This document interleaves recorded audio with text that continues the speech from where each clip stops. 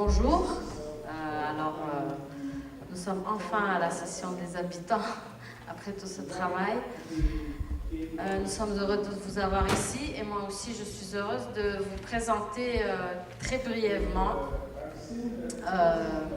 juste un peu les assises, ce qui me fait que je suis là. En 2013, il y a eu l'Assemblée mondiale des habitants et il y a eu un appel des associations qui étaient présentes d'organiser une conférence pour parler des problèmes de l'urbanisme, des collectivités locales,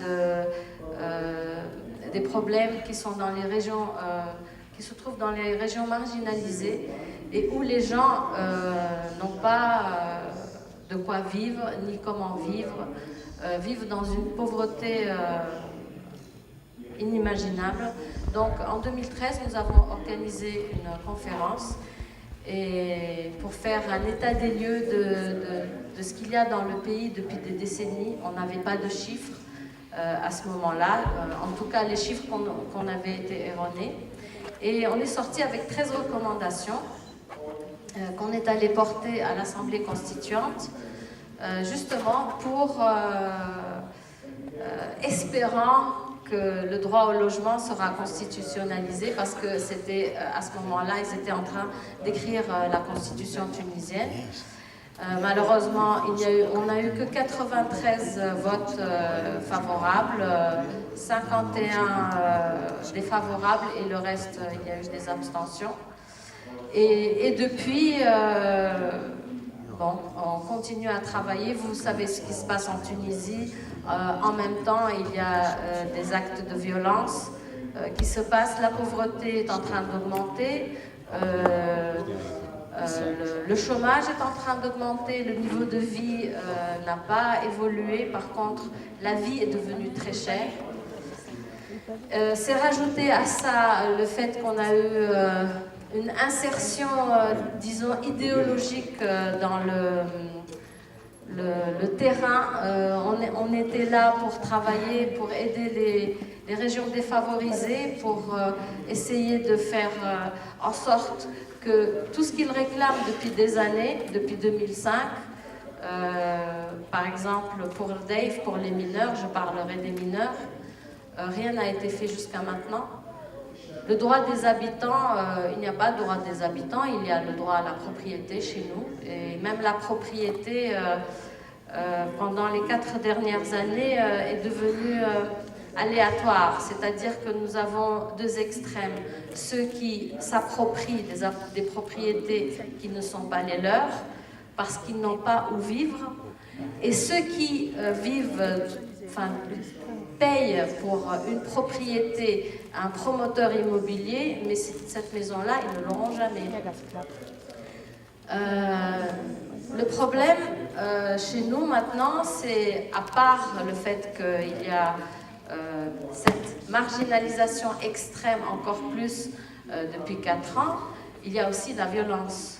Et donc, avoir le droit de l'habitant à une vie, à un logement, n'est plus seulement un objectif. Maintenant, le problème, c'est d'avoir une vie en paix, pouvoir utiliser les transports en commun sans problème, ne pas être agressé. Les femmes ne sont pas en sécurité ni dans les villes ni dans les villages. On a 8000 enfants qui sont sortis de l'école dans les 4 dernières années. La majorité, ce sont des filles, parce qu'elles ne peuvent pas traverser des kilomètres pour aller à l'école.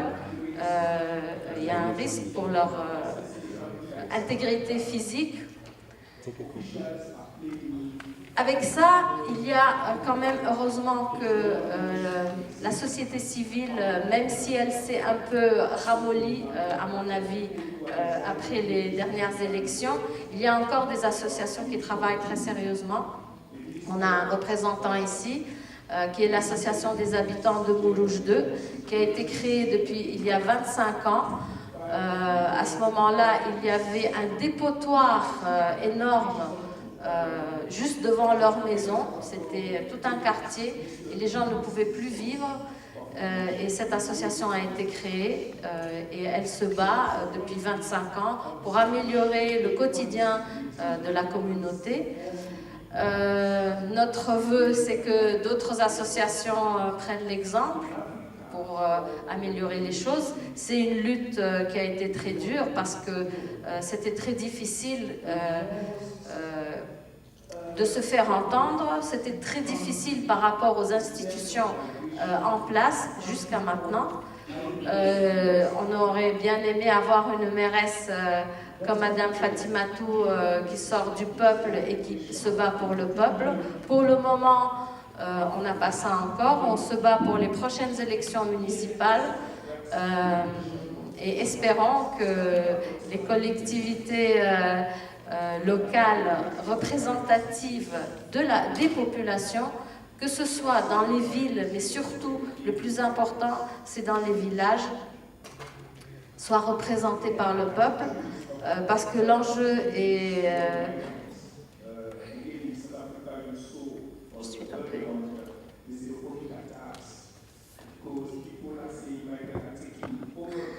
Excusez-moi. Je ne peux pas parler de droit au logement comme ça, parce que là, maintenant, il y a 2-3 jours, on a eu un bus qui a explosé. Je sais que pour nous, Tunisiens, on a l'habitude à une vie paisible, pacifiste. C'est vrai qu'il y a un certain égoïsme chez les peuples qui n'ont pas l'habitude de la violence, de ne pas voir ce qui se passe chez les autres, d'être très sensible à ce qui se passe. Mais là, le fait de voir que la violence est en train d'augmenter, elle est en train de descendre dans les villes, que Victoria a parlé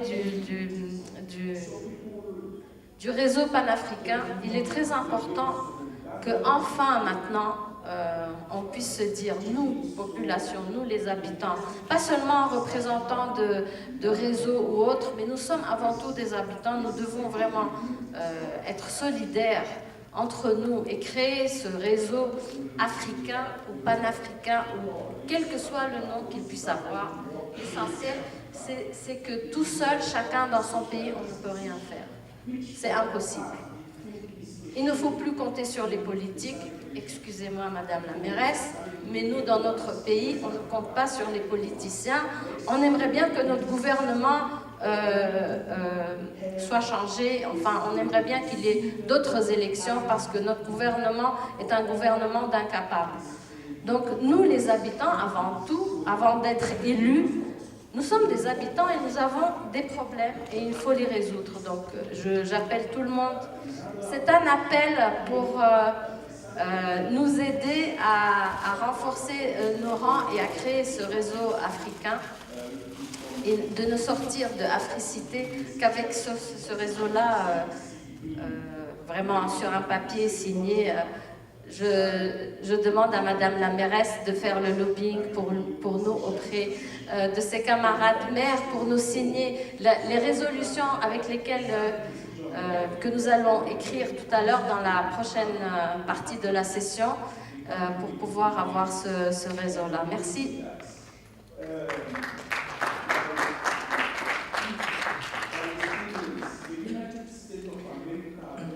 Thank you, Sora. It's important now in this session where you have exactly these objectives, né? To have a key messages, recommendations now from Africity related to the demands, important issues in our inhabitants, and especially to identify exactly local authorities like the mayor who has said can be engaged in a policy debate regarding the context of human rights, defense of the commons, equitable distribution of resources, and they are responsible towards future generation especially the needs for alternative paradigms against the neoliberalism and neocolonialism. So now we have the third speaker is Masha Koni from Novox, Mali. No?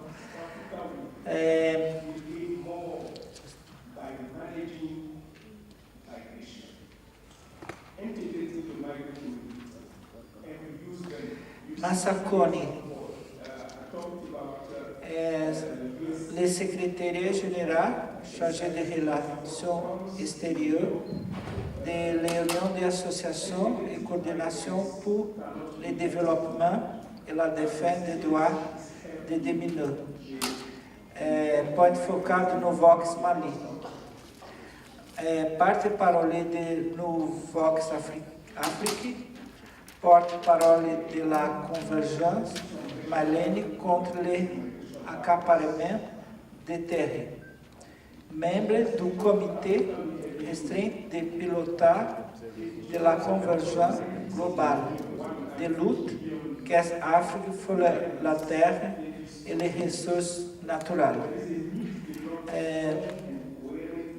Chris Massaconi,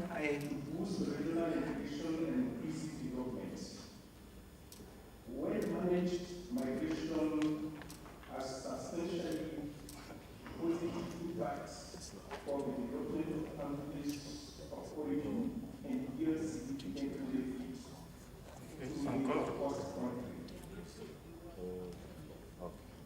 Local governments have important production and control of the flows of migration the moment it seems and are consequently on the front line where bringing migration has to be addressed.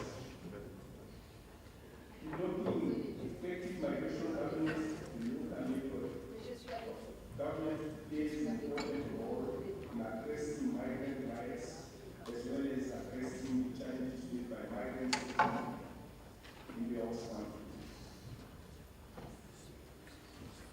As strategies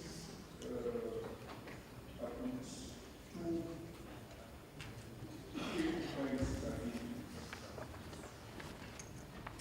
What we are saying is that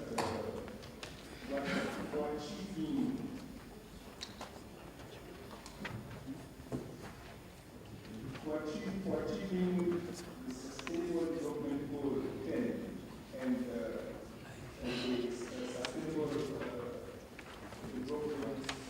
goal 10 is saying needs to reduce inequalities by creating universal indicator of the needs of disadvantaged and marginalized population, and have a sustainable development goal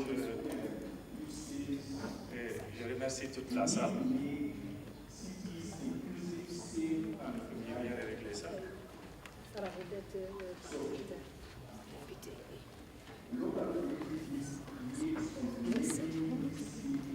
Comme ça, c'est bon.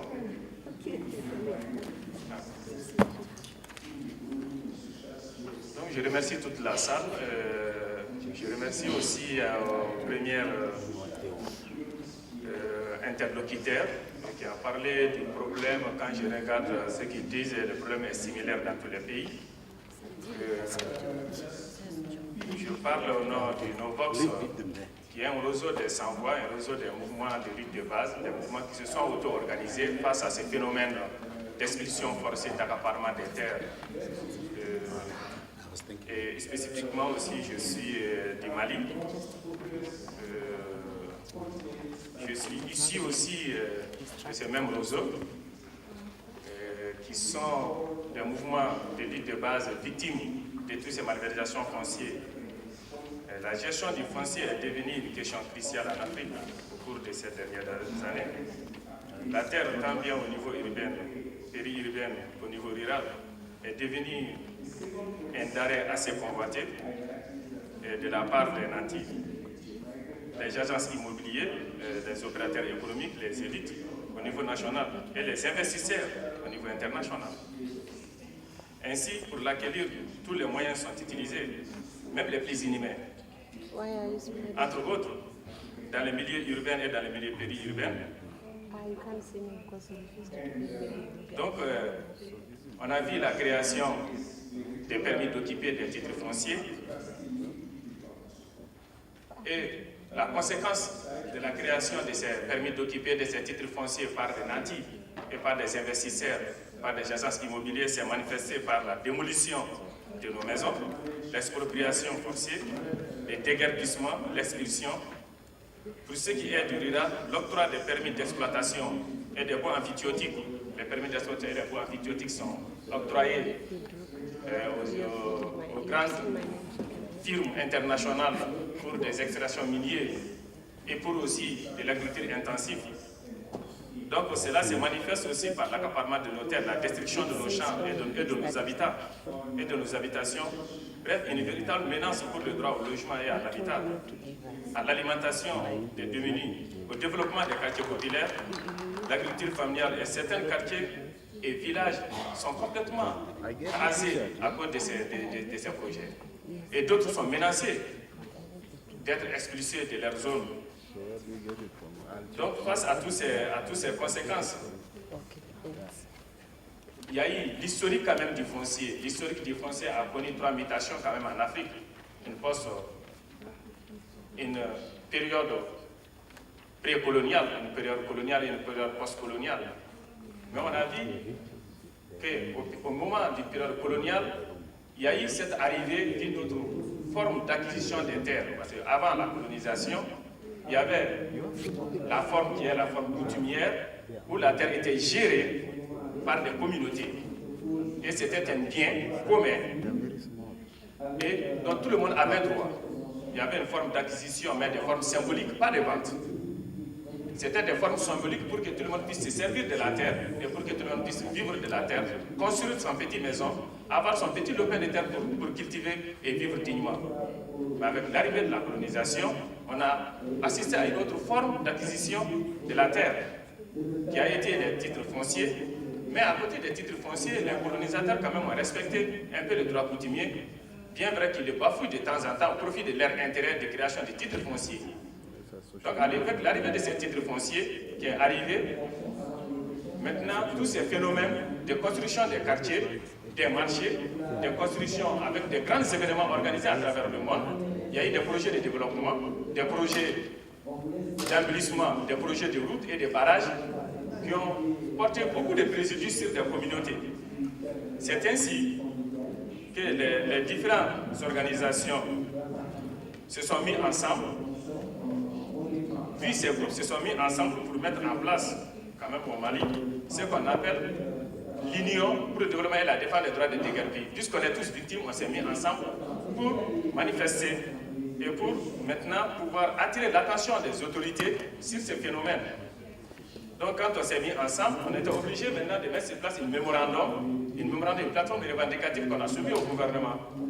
Et ces plateformes revendicatives, en son sein, a des revendications et des recommandations pour dire au gouvernement qu'il faut tout faire pour régler les problèmes et ne pas se tenir seulement à voir le problème sur une vision purement capitaliste, où la terre est devenue un bien matériel et un bien de monnaie.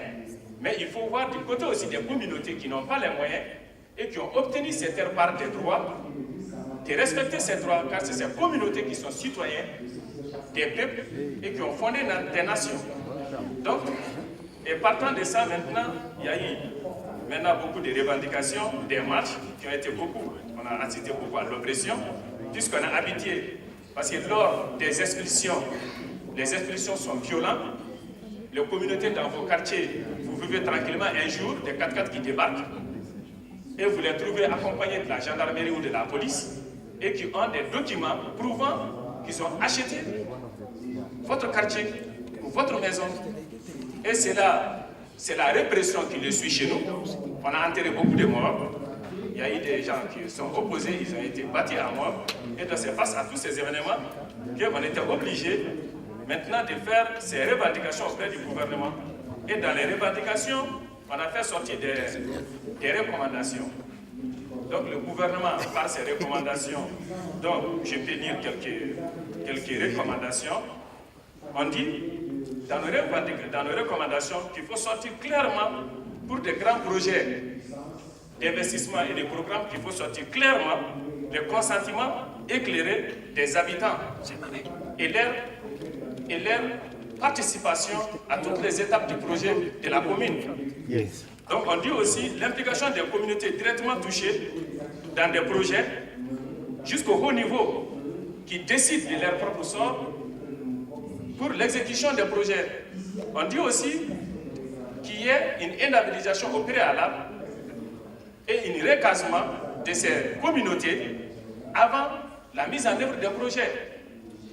Donc on dit aussi qu'il y ait des enquêtes de faisabilité et dans ces enquêtes de faisabilité que les consentiments des communautés touchées puissent ressortir clairement et qu'il y ait aussi des enquêtes socio-environnementales, dans les enquêtes d'impact socio-environnemental, qu'on fasse ressortir les recommandations et les demandes des communautés et leur implication aussi dans les activités qui les touchent directement.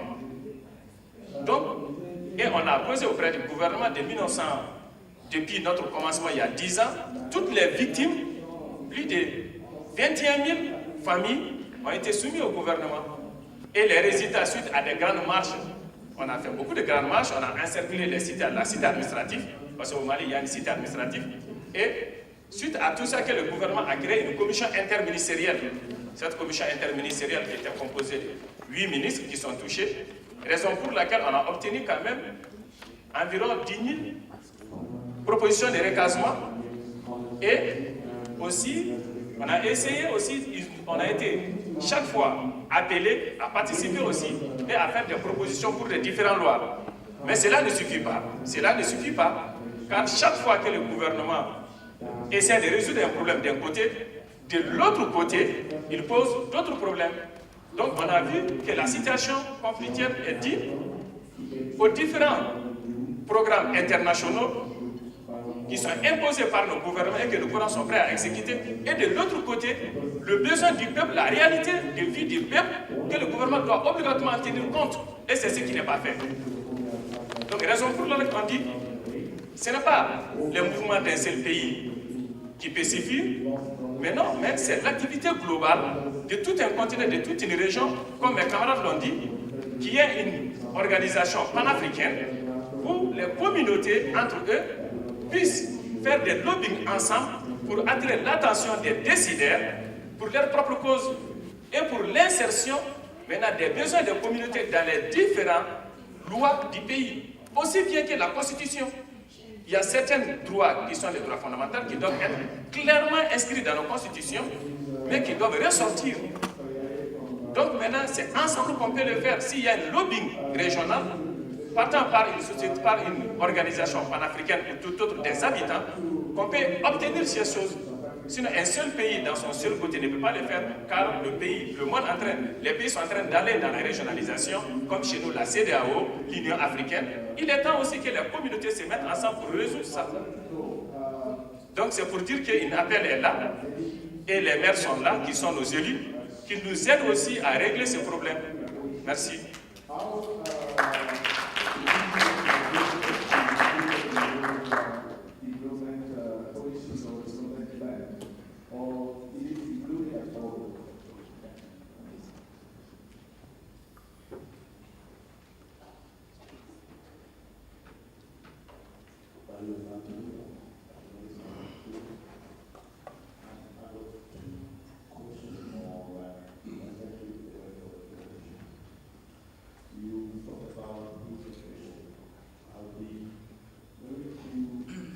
Thank you, Masakoni.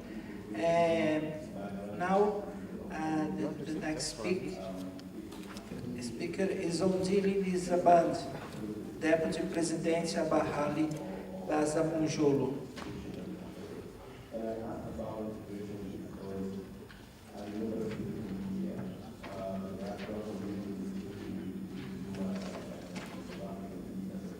Zandili is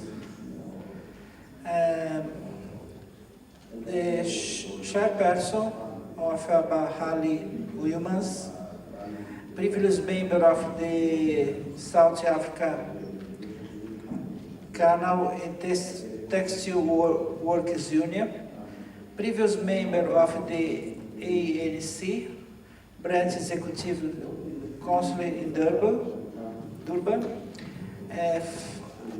founder the Clare State Drop-In Center looking after orphans living with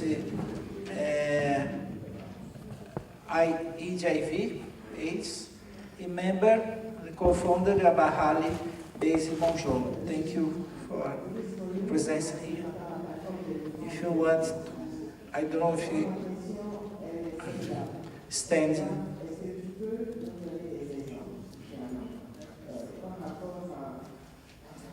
I think.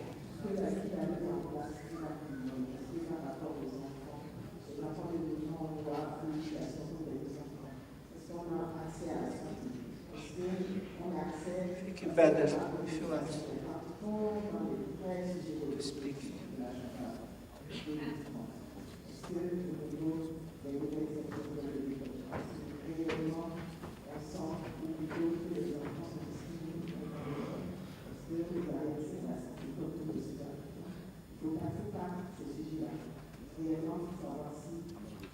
Good morning, everyone.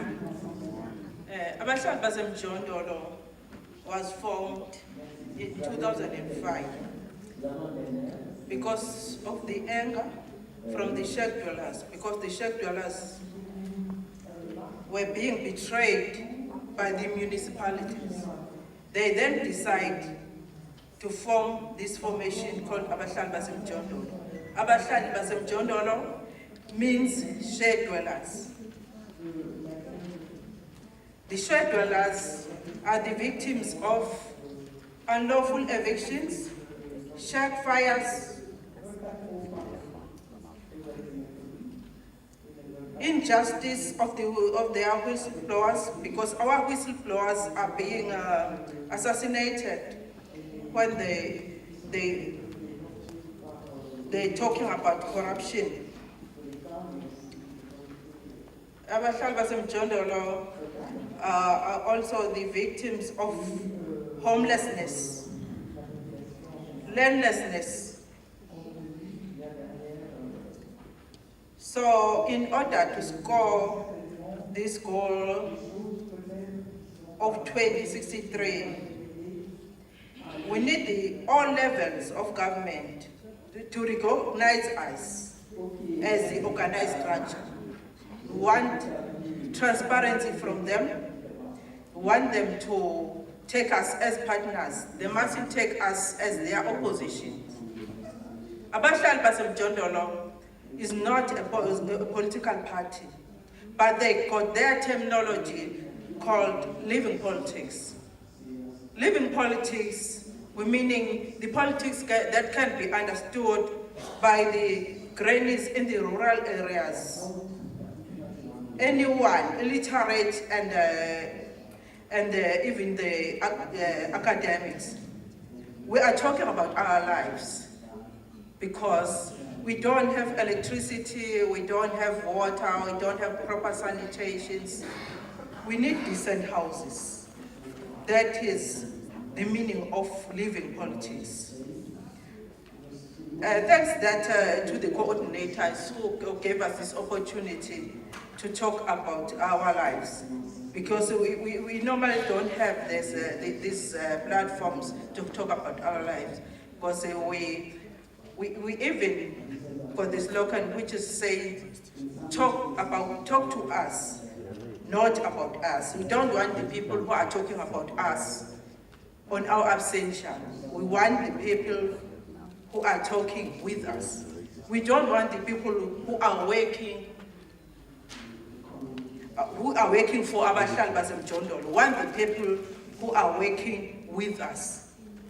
We want to take part in the building of our houses. We want the shack dwellers to be removed from the transit camps, because they are kept in the transit camps for 10 years. In 2009, we won the so-called the Slums Act, but there's no implementation because the human settlement is still building transit camps. We then want the proper sanitation because since our movement got members in all provinces, we've seen that mostly here in Gauteng, most of the shack dwellers are still using those green toilets, which are unhygienic. That might cause diarrhea to the children and even to the people. We still have a problem that our right to the city is being violated. We need to be part of the planning when they're planning to build our houses. We want our houses to be built next to all amenities. We want to have clinics, schools, transports, industrial areas, shopping malls. All must be next to our houses. We don't want to be removed away from the city. We want the Group Areas Act to be replaced by the right to the city. The human settlement must make sure that all the shacks are being electrified because our people are dying because of illegal connection. We also want all levels of government to understand our role as association of inhabitants, that we want to improve the lives of the people that are poor. The people who have been impoverished during apartheid, but even now, during a democratical government, they are still being impoverished because the tenders are given to the relatives of the government officials and their in-laws. Where we also want transparent because we want to be told about the NDP and IDP. We want the transparency about all. We really need a community participative development where we want to be part of the planning for all the projects that are happening in our communities. We don't want what is happening because normally if the one councillor is the member of a certain party, all the community projects are being under the certain political party. We want the community projects to be community driven. We also want to be taken into consideration as the Association of Inhabitants.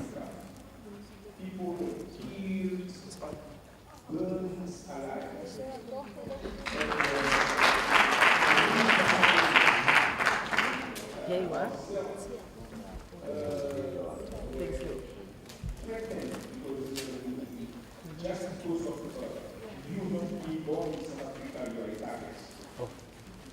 Come. How are you? And this is from the first time it was happening in South Africa. So we didn't want that. And thank you from Sonjili. She raised an important message for us. The relevance, the strength and the empowerment of the communities for to change your social reality related to the policies and planning.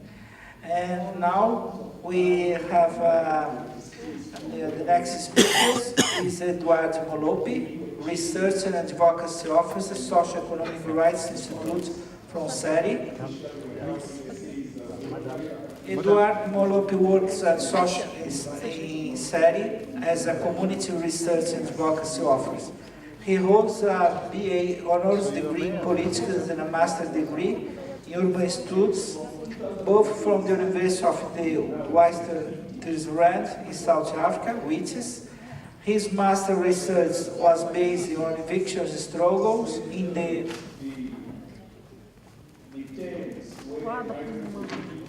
context of the housing demolitions that took place in Lenasia, South in 2012.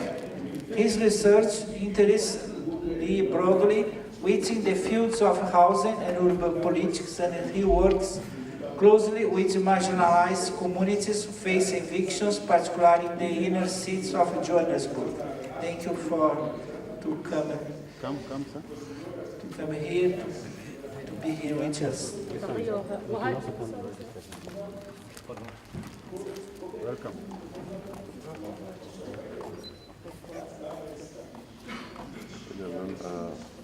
Le nom. Même.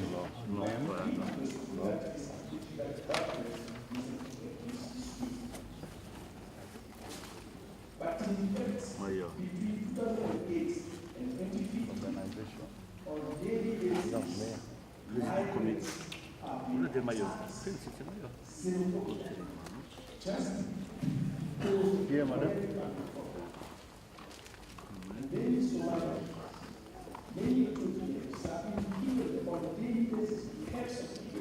Hi everyone.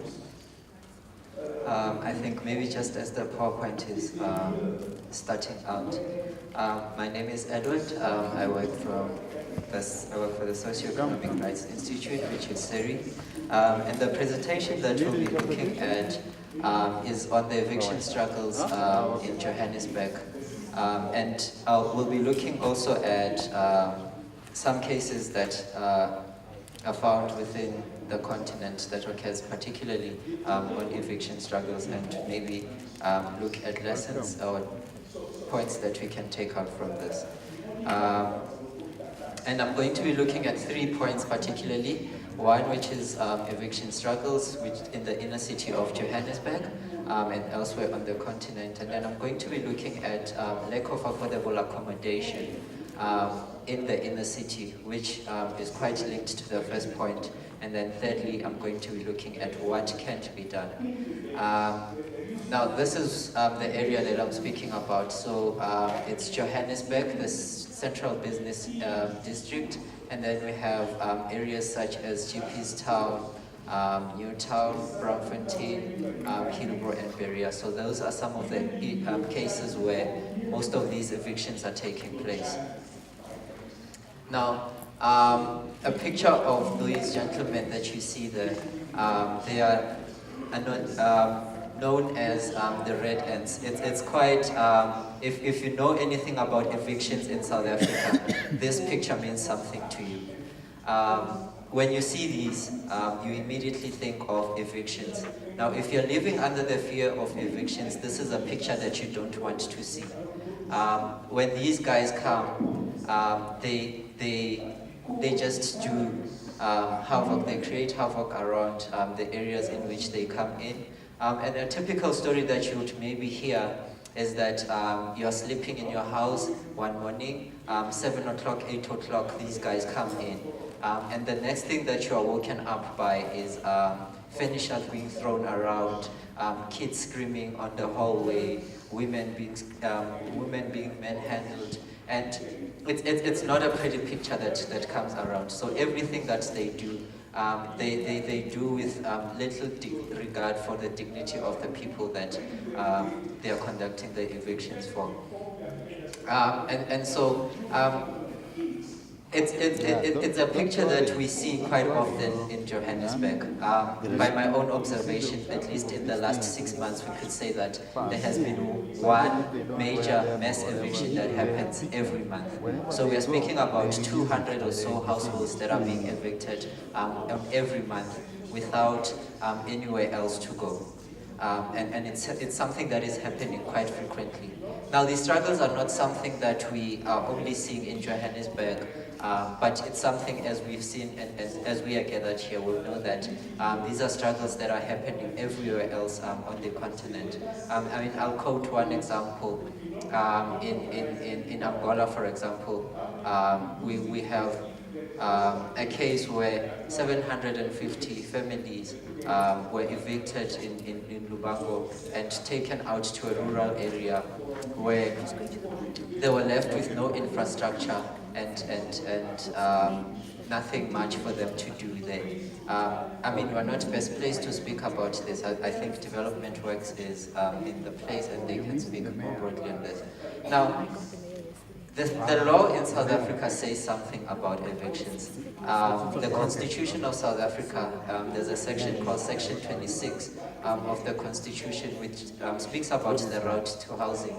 And there's an act that was put in place to give effect to this part of the Constitution, which is called the PI Act, popularly known as the PI Act, which sets out procedures for what people need to do, municipalities need to do in order to conduct evictions.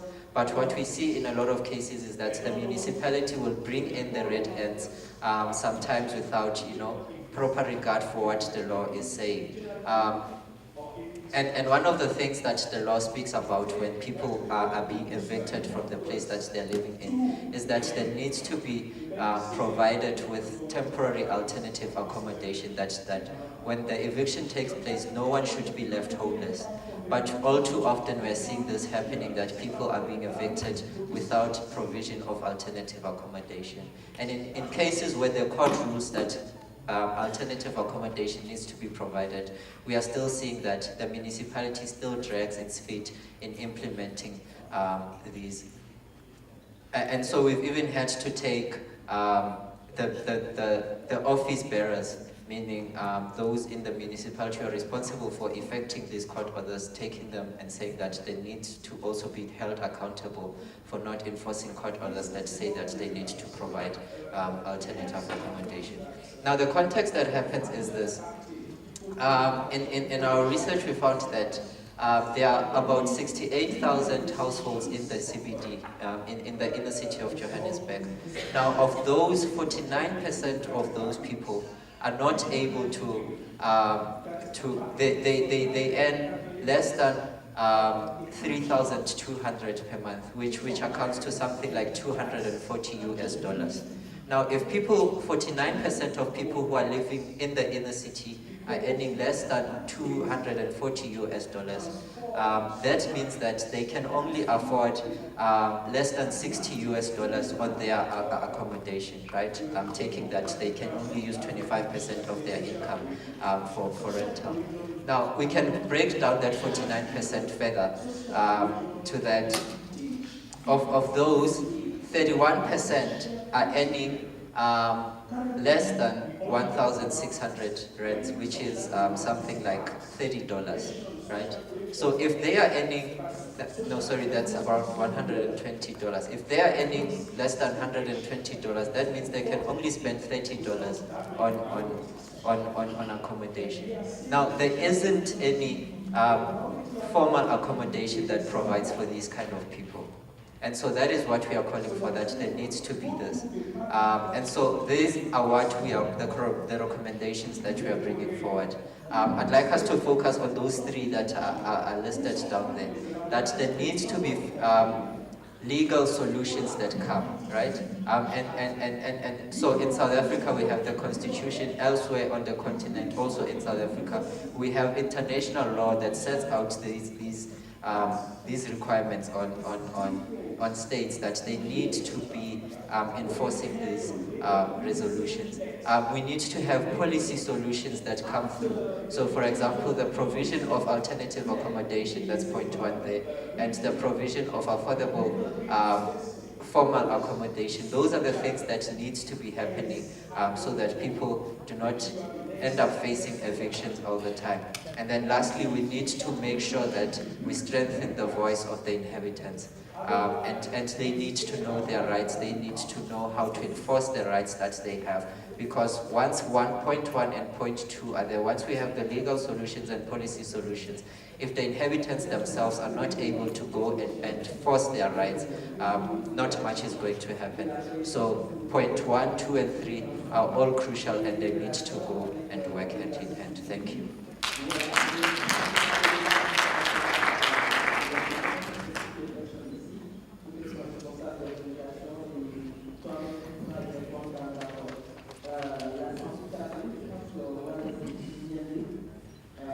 Thank you very much for Edward. I think your presentation about the evictions now in Johannesburg, the contest, raised an important message for the Africities. How is the responsibilities, how the local governments take responsibility about these situations, the evictions, post-evictions, because it's one very important issue, I think, to raise for Africities policies for to take other kind of the cultural, other kind of the methods, other kind of the perspective deal with the situations in the land conflicts, housing conflicts, in the cities, in the urban and rural areas. And the last speakers is Sheila Magara, the National Community Leader from Zimbabwe Homeless People Federation.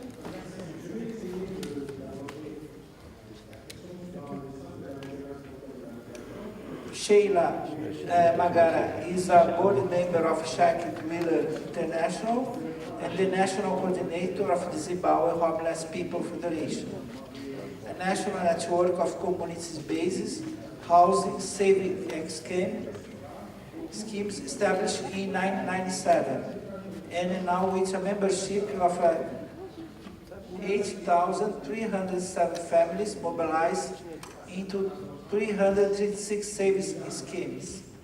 4,500 stands have been allocated to, if you understand, Philanthropy by central governments and the local authorities across the country.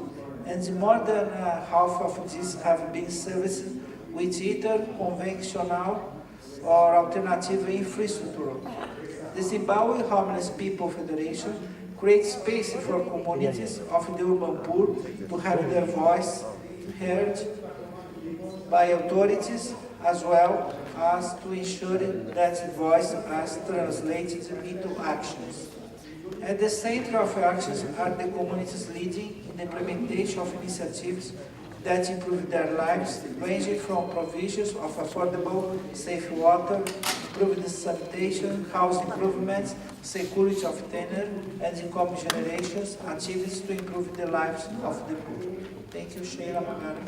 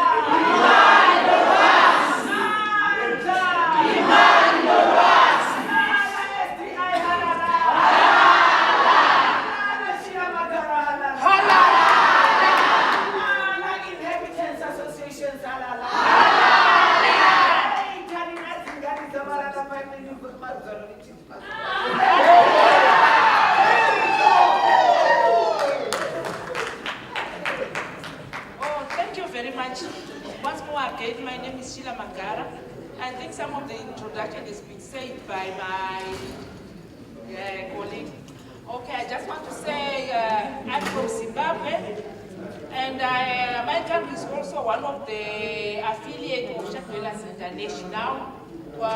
She is having 7 countries working together. So I'm just going to talk less. Okay. Our motto is federation. In my country, I just want to talk just a little bit. In my country, then I'll go out. As we said, we are a network of people under STI. Our motto as groups of the federation, we say we collect people in the community. We build houses in the community. We also collect problems in the community. The reason why we started this savings in our community, just because we were people who are not marginalized in their countries. We are the poor of the poorest. But if in our government, we're not understanding us, who are we? So as we started these savings groups in our country, and later on, though they took time for us to understand, they come to understand us as time goes on. So we say in our countries, those savings are very important to us as a federation members. Since we are the poor of the poorest, at bank, they don't allow me to open a bank just because I don't have full documents for me to be there at the bank. If I want to get a loan, even somewhere, they don't allow me just because I'm poor, I don't have anything. But when we started these savings in our communities, it has helped us a lot just because in that group we've got groups in our families, in our communities. That group is more like my family. Just because we share problems, we do everything. So in that group, if we start saving our money, I'll come to my group and they will give me the money. Even though I'm not talking about the money, even their support, which they do, that's because we are more like a family in our federation groups. We do this savings. It's only that we do savings in our communities to upgrade our daily livings. We have got these components which drive us on our daily activities. We have got savings, we have got enumeration, we have got technical components, we have got heraldry. I cannot mention them. But for now, I just want to talk about why do we do the savings? Why do we contribute towards our urban poor fund? This savings is very important. It's the backbone of our federation because it will uplift you from the mud to look like a better person. So we have managed to do this in our communities, and it has also opened doors for us to go to our community, to go to our city fathers, because at first they were not understanding us. Who are we? That's because we did it. We were got enumerations we do enumerations in our communities. Why do we do enumerations? Enumeration is the strongest tool for us in our communities. If we do the enumeration in our communities, we go to door to door. For that door-to-door enumeration, we will be collecting information. We will be knowing how many toilets we want in our community. We will be also knowing what we want in our community to be looked like. So these things help us a lot in our communities. We have problems in our communities at first to work with our city fathers. But when we started doing these savings, when we started doing this enumeration, profiling and mapping, it has managed and it has lessened the work with our city fathers. Just because the time they will be saying, we have come here, you said you want land, you want land, how many people are there in the community? So, if you don't know the number of the people it will take time. But now, we first gather the information, what we have in our community. Then that is the tool which we will take to the community, and then they will easily understand us what we are doing. We have got these structures in our communities, whereby we say we have got groups in our community, we have got networks in our community, we work as regional, then from then to the national. All this helped us to get the whole information. The enumerations, we started by doing group enumeration or community enumeration. Now we are doing this citywide enumeration, whereby all the people in that city will be knowing what is happening. We all should, by saying, know your city. Because some of us, we don't even know what will be happening in our cities. But once we are doing this, it is helped us a lot for those profiles which we are doing. We also have this, when I'm talking about the savings, each member, we contribute towards the UPF, which we say Urban Poor Fund.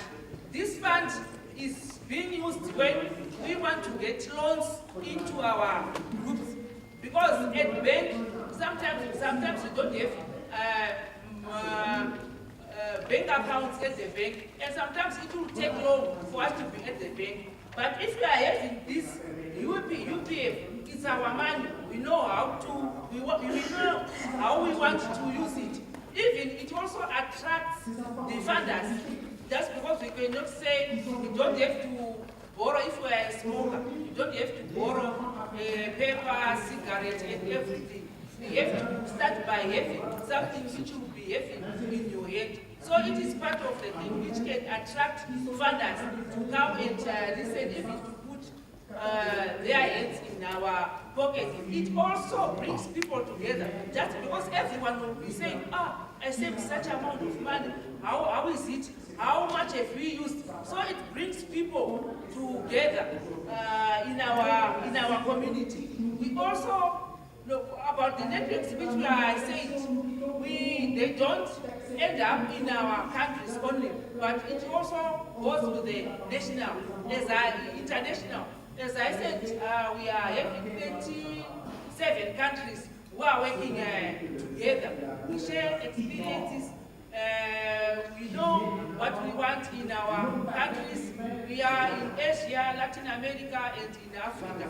So from those countries, everyone will be knowing what is happening in every country. For example, here in South Africa, through their savings, through what they are doing, recently they were given 10 million rands. Just because they were doing something, and the well-wishers find that they are people who are doing something, so they put an injection out of it. In Namibia, they are working very well with their city fathers and even their government. They were every year. The money which I am talking, South Africa, even Namibia, they are being given this money by their government. In Namibia, they were given 7 million rands every month, every year, for the work which they are doing. So, in our networks, we help one another. If I'm having a problem in my country, other countries will come and interfere. For example, in 2005, we had a massive Murambachina evictions.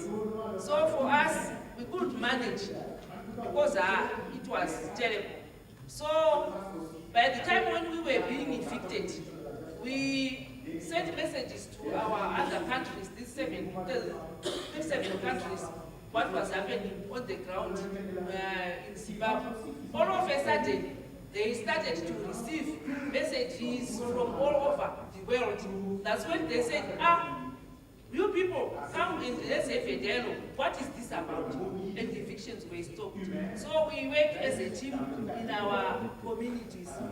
2 years ago, we were talking about those people who had attended the Afri Summit in Dakar.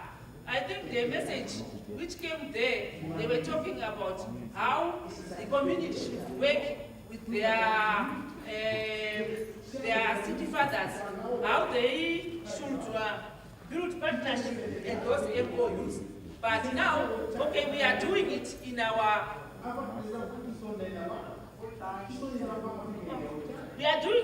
communities. So I would like to just want to talk about the MOUs. MOUs are very important to us just because they are working with we are working those MOUs bring good information in our countries. If there is something which wants to be done, the MOU will also help you. And these are partnerships. We have managed to have them in our country. For example, this partnership, we don't talk about the money, they can even give you something out of it. For the way forward, maybe.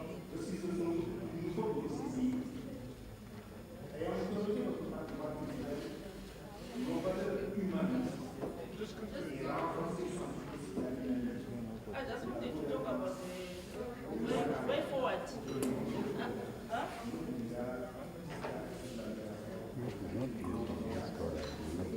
More positive engagement.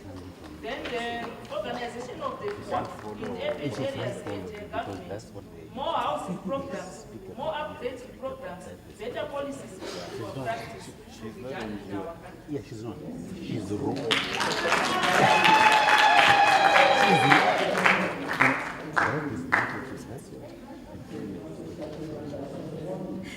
See you later. But listen, I think this is why we will not have Thank you, Sheila. because you see, So, she also raised important issues for the discussion about the perspective, the recommendations and actions from the Africities. If this issue about the funding, the research for social proposals, how we can manage better the social control. yeah, and probably I'll also get some time to talk to you. Accountability for to have exactly Do you know this? efficiency is more compromise not to use these fundings from the public. Different levels, local governments or national governments for social So far, proposals, we have special about issues she are raising. nearly 100 So we conclude, this first to be exact. step or session with the interventions of our speakers. And now we go to open for some for the plenary for interventions to have this special evaluate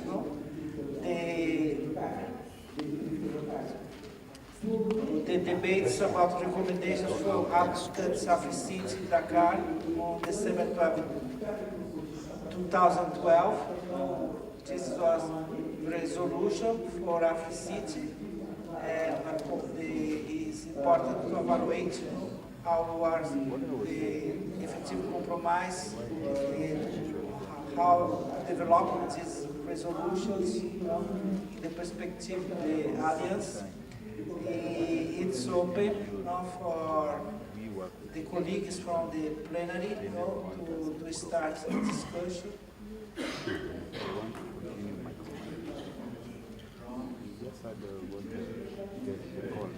Okay. Okay.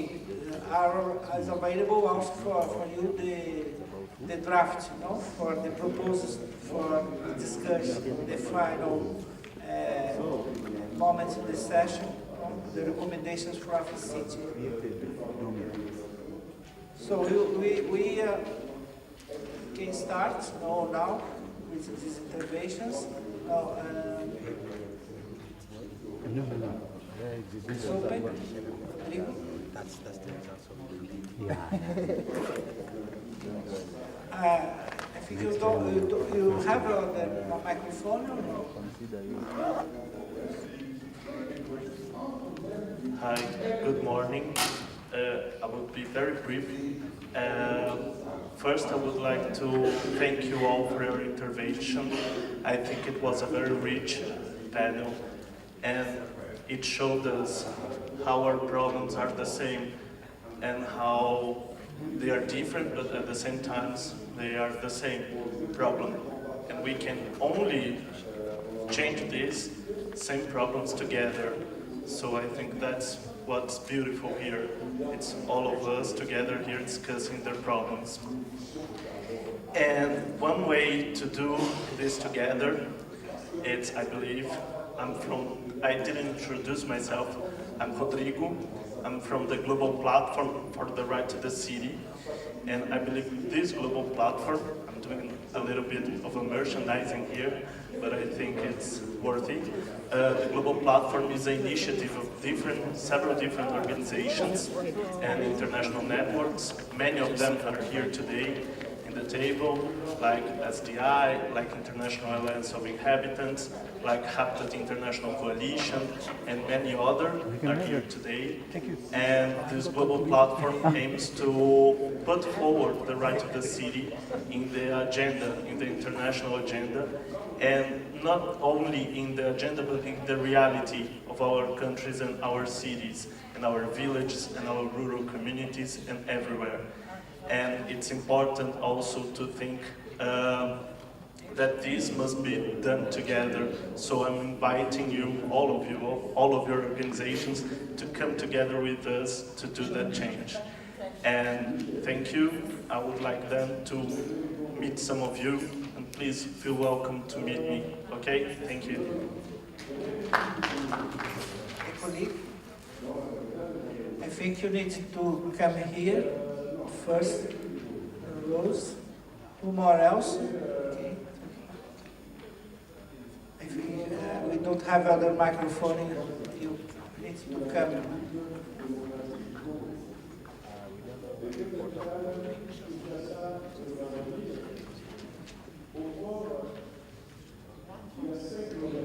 Bonjour à tous les participants dans cette session des représentants des différentes nationalités.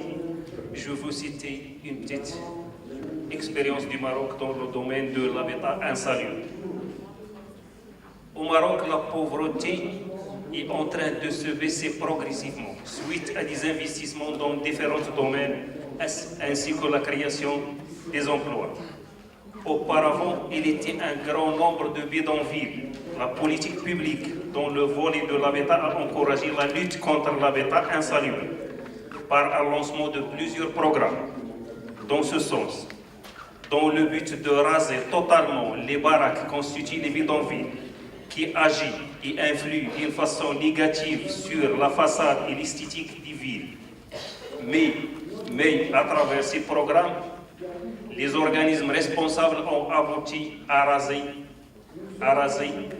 une grande partie des habitats qui sont été auparavant abrités dans des quartiers qui ne répondent pas aux normes. Actuellement, ils sont abrités dans des logements où l'absence totale. Auparavant, ils ont été abrités dans des quartiers où l'absence totale des conditions de vie. Actuellement, un autre type informel né connaît la naissance depuis 2011. C'est l'année des mouvements populaires dans le monde arabe. Cette situation, aussi le Maroc, est en train de les résoudre totalement. Par l'établissement des documents d'urbanisme qui sont la base de toute restructuration prochaine. La restructuration a pour but d'introduire au quartier informel les différents équipements manquants. La voirie, l'assainissement, eau potable, électricité, jardin, place publique, marché, commerce, etc. Les causes des habitats insalubres au Maroc sont étalées sur presque 50 ans. Année de l'indépendance du Maroc. Après l'indépendance du Maroc, en 1956 du siècle dernier, les grandes villes étaient comme des pôles attractifs où les moyens de vie étaient présents. C'est pour cela que l'exode rural était encouragé, en l'absence totale des logements qui abritent ce phénomène d'exode rural. Mais pour cela, les citoyens font recours à la construction des maisons en tôle qui constituent les bidonvilles. Un autre facteur aussi a encouragé l'exode rural qui encourage aussi la construction clandestine et insalubre, c'est la sécheresse, que l'Afrique souffre totalement de ce phénomène. Mais à travers une politique publique raisonnable, le Maroc a lancé un grand programme de construction des barrages, et avec ces barrages, on est arrivé à la lutte contre ce phénomène de sécheresse et on a créé plus d'emplois. Mais malgré les différentes...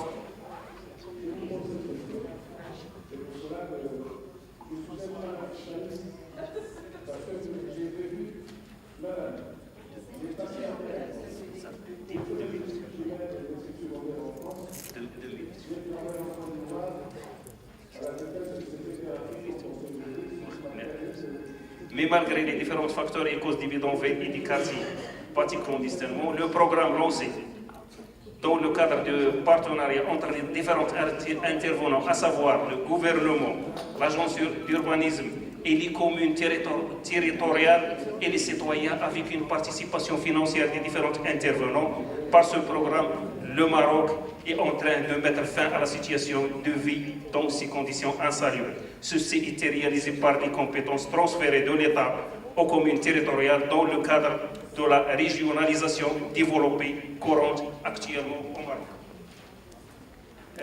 Du Tanger jusqu'au Dakhla, du nord du Maroc jusqu'au sud du Maroc. Finalement, on n'a pas arrivé au seuil, mais la réforme des différentes lois va subir des modifications suite à l'intérêt des citoyens. Aussi, finalement, je veux dire que notre expérience marocaine reste à la disposition des différents pays de l'Afrique dans le but de travailler en collaboration et de mettre fin à cette situation d'habitat insalubre. Merci. Thank you very much. The next is Rosie. I recommend for the other colleagues who want to take intervention here, please come from this side, for organize on a file. Okay? Okay? Then we can be more clear who wants to speak here. Okay? Thank you very much, Nelson. What I wanted to do, I was checking on the paper that we were giving about the resolutions, and I realized that maybe if we can also add the important issue around security of tenure, land acquisition and security of tenure, because we can't have houses if we don't have land. So for our politicians, they really have to understand that people are invading land, and at the end of the day, they can't do any development. And why they are invading land is because the recognition from our politicians and our officials is too minimal. And then the communities are growing and growing. So we really have to include the issue of land and security of tenure when we want to achieve what we want. And it's very sad that we have really sent our resolutions to our government, and then minimal response is being given to us. And today we are here meeting as the associations of inhabitants, and they are also meeting on the other side regularly. What I am recommending that maybe we should do is just a recommendation. We write a memorandum as inhabitants here, and if it is possible, associations, we sign the memorandum and send it, because I was looking at the program. There's going to be a meeting with the Mayor's Assembly. Maybe if the protocol allow us, we also send the message to them that we are here meeting, and then we need our needs to be recognized. And there's also the meeting with the ministers. Maybe if we can also send them some message that We are here, we want to work with them. We really want partnership. And then finally, if we can also write something to the donors and developers, because they are also going to meet. There are special sessions happening parallel to what we are doing. I would like the facilitators maybe to hear my plea that we write something to them, and they should also look at what we are concerned of. We don't want to fight them. Yes, we know that they are complaining of us protesting and doing what, but sometimes they should consider what are the causes of the protest, and we address the causes of the protest and not the protest themselves. Thank you.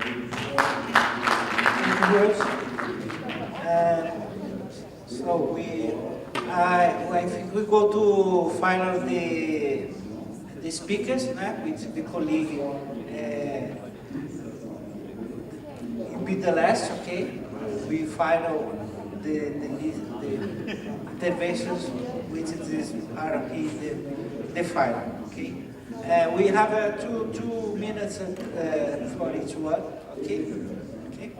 The main proposal, not just to clarify again, no, is that now, like Rose made here, no, the key messages, no, for the perspective we build here, recommendations, the proposals for Africities and the perspective of the habitants. Amandla. Ukukhohlela kwalebhuti? Ukukhohlela kwalebhuti? Zonke izinto ezimnandi? Comrades, without wasting time, I just need to be brief. What I've realized in life in which we live, when you are sitting quietly, people have got something to say about you. When you are talking, people have got something to say about you. When you are drinking, people have got something to say about you. So whenever you are doing something, people have got something to say about you, whatever they are going to be saying. So for that reason, I felt that I must not be sitting at the back there and only listening to these experiences that people are sharing with us. I've just noticed that from KZN, from Nigeria, from COJ, SERI, all these people here are sharing the same experiences. This is the same challenges that we are facing across the continent. And when then are we going to improve services for the people? The question is rhetorical. We are not sending it to any other people. We need to do our own improvement internally. We've got governments that are talking nicely and they've got very beautiful policies. And they are just sharing those policies with us. But implementation is something different. So we just need each other. You know, right here in the Africities, we are just talking here. Talking and talking and talking. And in my own view, there is hostility that is based on barbaric resilience and resistance. You know, why am I saying this thing? It's nice when we talk here, but outside here, all these organizations that are speaking here, they are just talking in different areas. You know, they're looking in different directions. When are we going to work together? Because the only way that we can use to ensure that we are overcoming this syndrome is to work together. Let us build solidarity amongst ourselves. Let us not continue becoming the architects of theory. Because currently what we do, we're doing the talk shows, but at the end, when it comes to implementation of what needs to be improved, we're doing something completely different. So I'm cautioning and raising this concern amongst ourselves that from now going forward, we need to make sure that we are finding each other. And lastly, I'm coming from the SDI family. And there, of course, we are using enumeration, profiling of settlements, partnerships in the form of MOUs with different municipalities and metros across the country. But we're encountering difficulties with our municipalities. People are very resistant in working with poor people. And of course, it was indicated yesterday in one of the sessions that I've attended that solutions are not outside for any of these upgrading in informal settlements, but solutions are here with us.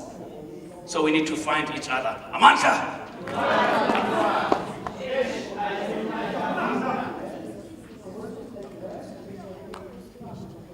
morning, everybody.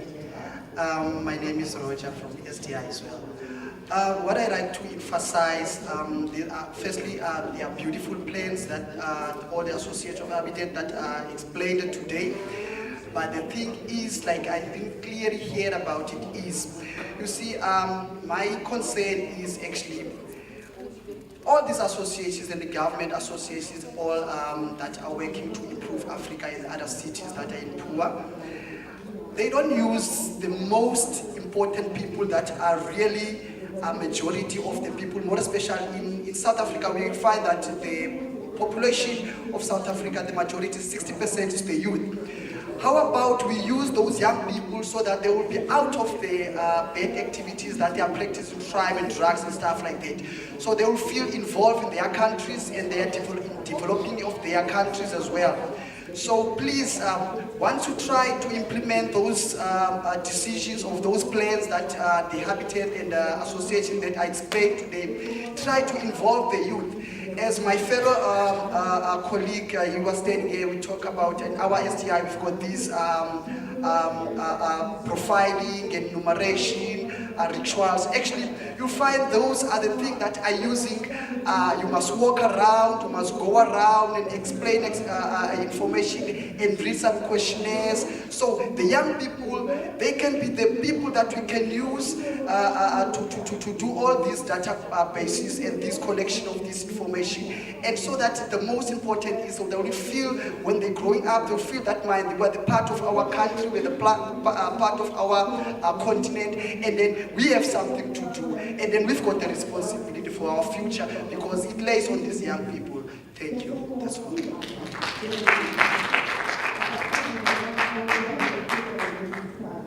Amandla.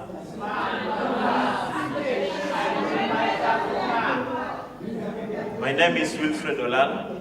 I come from Kenya, organization called Bunge la Mwananchi, a social movement. I've heard the panelists here.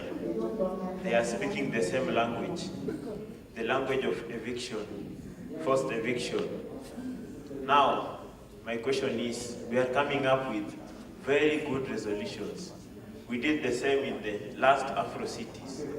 Why don't we start thinking outside the box? Why don't you think about resistance? When they form this squad that come to evict, why don't we form anti-eviction squad and start from there? Because if they come to evict us and we resist, maybe we'll negotiate. But we cannot be giving the same resolutions every other Africities. Now we are talking about Africa 2063, and people are homeless now. Why don't we form an alternative? We say Africa 2020, where every person must have a decent housing. And if that is not going to happen, we are going to tell these mayors we are going to vote them out if they don't make people have proper housing. It is time to start thinking outside the box. Let us go there and we have pleaded for so long. Why don't we say now we are demanding? We are the majority. These people who are poor, they are the majority. And when it comes to voting, we are the majority. We are the people who vote them in. We should start making radical resolutions, telling these mayors, we will vote you out if you don't agree with our resolutions. We should start from somewhere, but you cannot wait for 2063 for Africans to have proper housing. How many of us will be alive? We should give them 2020. We tell them by 2020 we should have proper housing in Santon. How many poor people can afford life in Santon City? We should have an alternative. The mayor or the person in charge of Santon City should give us an alternative of where the majority poor will be able to access basic services. So my humble appeal to you, let us first agree on the solidarity. That is one resolution. The shark movement in Zimbabwe and Bunge la Mwananchi and the movement in Tunisia, let us find a way of coming together in solidarity. Then we organize our people to start resisting this system. Thank you very much. Amandla. Yeah. Amanda. Amanda. Thank you. My name is Patrick Kamodo from Nairobi, Kenya, representing Mudhurwa Resident Welfare Association. My observation will go towards, do we celebrate whenever we found a case study where African people have a right to housing? Because I understand in South Africa, Groot Broom court case, in as much as I was told she passed away, it's a case study that any African country must benefit from. We understand in Kenya we are almost getting right to housing after instituting a court case similar to Groot Broom court case. So this is an achievement. We cannot just say that we are losing it, we are also making progress. So my other idea will be, can the panelists and the organizers of Alliance Inhabitants assist each and every country to document any court case related to right to housing and affordable sanitation? Then if we have a data bank of each and every country where residents have gone to court to request for a right to housing, it will be possible for us to start working and networking and also sharing experiences. That will be a good idea and an opportunity to make a strong movement. And when speaking about a strong movement, we must also embrace Pan-Africanism. It began by Kwame Nkrumah and the Jomo Kenyattas and in around 1950s, 1960s. So if we go back to Pan-Africanism, the ideals the people back then had, we should by now be talking about Pan-Africanism, access to right to housing as a core theme in that agenda. Thank you.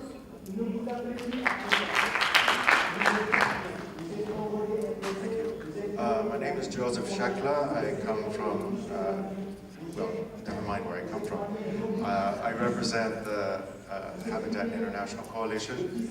Believe it or not, I live in Africa, in Cairo. I think it's really important that we engage the youth and that we think outside the box. These are very important values, but I want to say something a little bit different. One, that we remember our ancestors, and two, that we use everything we have in the box. Some of the things that we have in the box are already existing commitments by governments, and I suggest that we exploit them also in the resolution. Governments at the central sphere and at the local sphere bear the exact same treaty obligations, including to implement, respect, protect, and fulfill the human right to adequate housing. I think that should be central to this resolution. The local governments, if you have them, are the most proximate duty holders. They need to be reminded of their treaty obligations. It's the law. It's also very important to understand that we have also right now a process of preparing for Habitat 3. Let's not forget that the agenda, the Habitat agenda of the last 20 years repeated 61 times the commitment to the full and progressive realization of the human right to adequate housing. Our governments, local sphere, central sphere, all of them need to be reminded.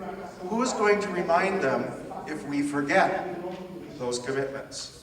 So I suggest very strongly that we remember those ancestors, use all the tools that are in the box, and ensure that local governments or local authorities, whichever it is you have, are reminded from here that they have obligations. Security of tenure is the first element of the right to adequate housing, and everything else that falls from that. So we should use those those tools to our advantage. Thank you.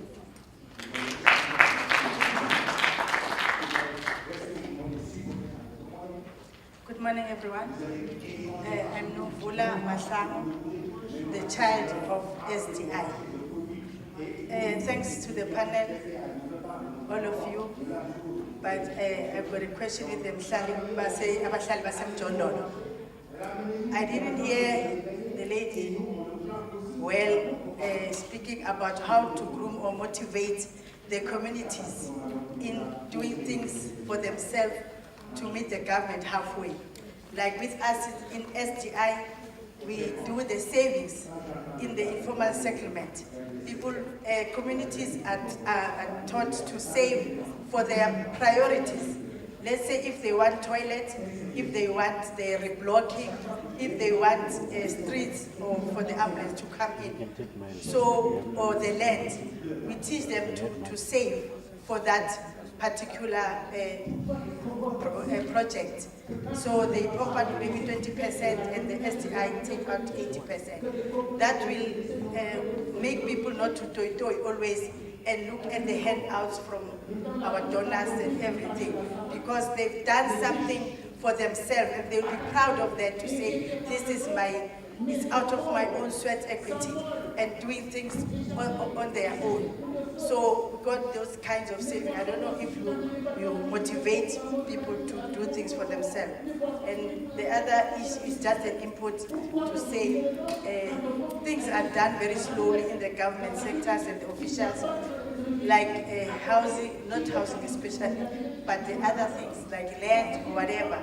Because with us, we have realized in my region, I cannot mention, that most of the top officials, the directors, they are the owners of the contractors. They've hired the other guys to do the work, but they are owners. So if we, as federation, is saying we use the full subsidy of the individual to build the strong house for the person that will last for his or her entire life, they will never want us because we don't have something for them. Thanks very much. Bonjour tout le monde. Je m'appelle Abdel Ali, le président du réseau marocain pour le logement des soins. Bien sûr, nous travaillons sur plusieurs axes. Le premier axe, c'est le bidonville. Et ensuite, les constructions insalubres et aussi les anciens médinas. Bien sûr, nous essayons d'avoir des propositions pour les autorités qui gèrent l'urbanisme et l'habitat au Maroc. J'ai des propositions. Le premier axe, c'est des propositions qui sont pour les maires des communes.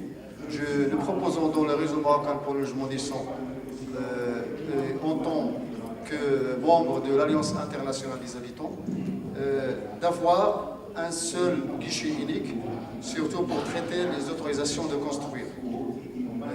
Deuxièmement, nous proposons aussi pour les maires des communes de faciliter les procédures à adopter pour l'obtention des permis de construire, surtout et en particulier pour les lotissements des coopératives, sachant que les coopératives au Maroc, ils sont dans l'ordre de 15 000 coopératives et de 3 000 coopératives en ce qui concerne le secteur immobilier.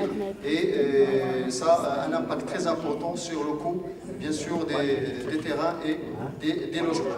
Bien sûr, nous proposons aussi d'exonérer les taxes de voirie, surtout sur les taxes sur les coopératives. Ensuite, pour les maires, nous proposons de rendre le territoire urbain écologique, c'est-à-dire de créer des espaces verts, des jardins, des parcs, bien sûr, pour donner une dimension écologique aux communes. En ce qui concerne les gouvernements, nous proposons d'avoir des conceptions et des stratégies exécutables pour résoudre surtout le problème des bidonvilles, sachant que le Maroc a débuté la résolution des bidonvilles en 2004 et peut-être il est arrivé à 60% de résoudre ce phénomène. Et bien sûr, de créer des villes écologiques. Nous avons dans le Maroc un exemple de Bengrir qui est devenu une ville écologique. Pourquoi pas? Cette dimension doit être appliquée sur tous les territoires africains. Dernièrement, de concevoir des plans d'aménagement. Des plans d'aménagement englobant, bien sûr, des habitats convenables, surtout pour les démunis et les pauvres. C'est-à-dire avoir dans des plans d'aménagement des lotissements économiques pour la partie et la couche pauvre dont bénéficier de ce plan d'aménagement et en collaboration avec les communes urbaines. Merci.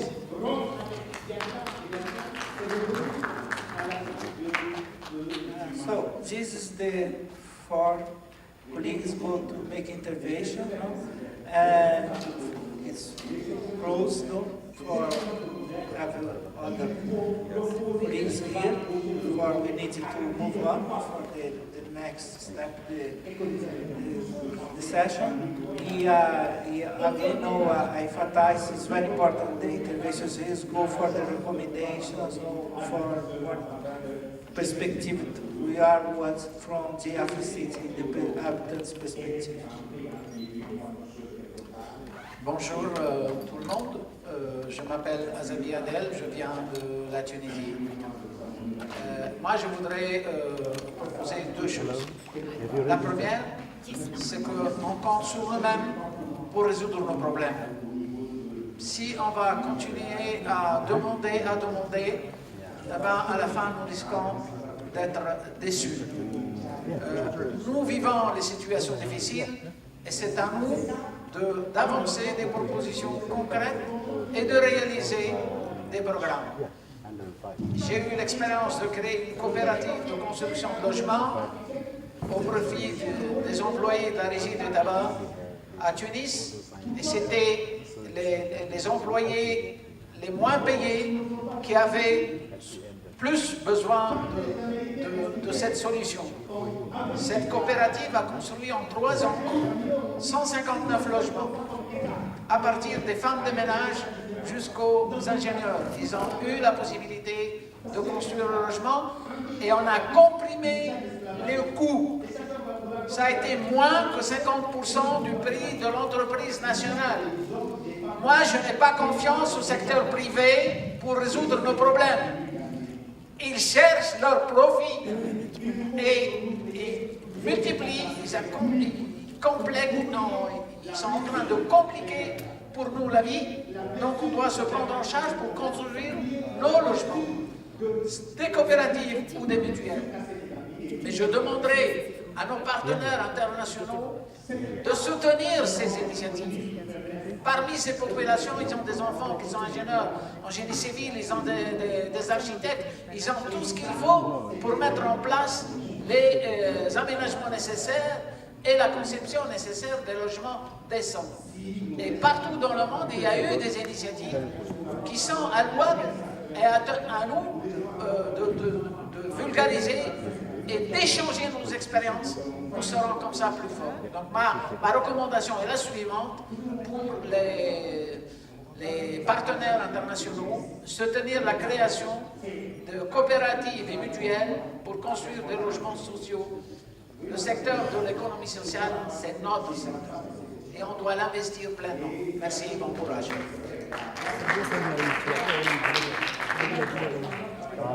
Thank you to everybody. I'm Anna Eshdeba, coming from Durban in South Africa. I'm from STI also. I was touched about what our panel was saying. Really, when I look at and think about what they were saying, this Africity still have some obstacles that the cities can work together, because different countries have got different problems. We need to work hard as communities to talk to our cities, to say, guys, you need to work with communities before you can say you can work together as Africa. You cannot work, the cities cannot work together, and while they're not working with their communities. As I'm from Durban, there are some beautiful things that are happening in Durban, but not working, not involving communities. We need the government that's going to involve communities. They have changed only in Durban. The evictions are not evictions, but they're calling it the other way around, to say to put people in the transit camps. Transit camps are really worrying me, because They can remove all of us. They say, we are making development here, and then when we finish building houses, we're gonna take you back. But they're gonna take some other people from other places and put them here, and all those people that are in the transit camp remain in the transit camps. That is very painful, and it's worrying me. Until we sit down with our eThekwini municipality to solve this case, there's nothing that's gonna happen. That's why they cannot work partnership with the other people to upgrade the informal settlements, because they want to upgrade in their way of transit camps. So this is worrying me, and we need to work hard, and we need to work together as the poor people or as activists. Thank you.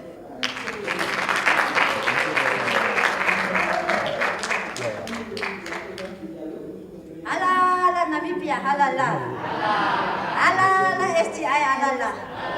All right, I'm Rosalinda from Namibia. So I will just share the experience of Namibia, what we did in our country. Yesterday, when the launching were done of the Africities, one of the chairmen of the UCLI said we must stop begging, which means that we must not sit and just wait for the government to do something for us, but we must meet the government halfway. So in Namibia, when we start with the savings, that is help the government to come and sit with us on table. And then we start negotiating with the government. We meet the minister, we meet the prime ministers, we meet the local government officials. So whatever we are doing in our organization, we invite them to come and see what we are doing. Even if we open houses, give houses to people, they must be part and parcel. And on that note, the government started the partnership with us in 2000. And since 2000, they start contributing 1 million. I'm coming from the informal settlement. If I said $1 million is similar to South African rent, I don't know the currencies because I'm coming from the trees there. I can't say which one is that one. So for now, since 2000, they're contributing 1 million. 2012, they start giving 2.5, and now this year they give 7.5 million. So this is the engagement and partnership we have built with our government. And this is because we have contributed something so that we can receive at the end. And whenever we come to these summits, it is because of the government. We start attending with the STI. We have started attending some big events. I did not know, I only know my house. I don't know these big buildings. But through the STI, I start learning this also. And the government start funding also for our tickets, and they contribute for our accommodations in some cases. But now it's because the new president and new leaders are going to be elected, has been elected on the 27th. So now the only challenge is the changing of the politicians. Because you see, you now have a president who do understand the rituals of the STI. Then after 5 years, you have another president which must again be told what is the STI. So that's the only challenge and land. But in Namibia, our government includes the policy making, the people, whereby they said we will only give 300 square meters per people, but it can be negotiated on the price.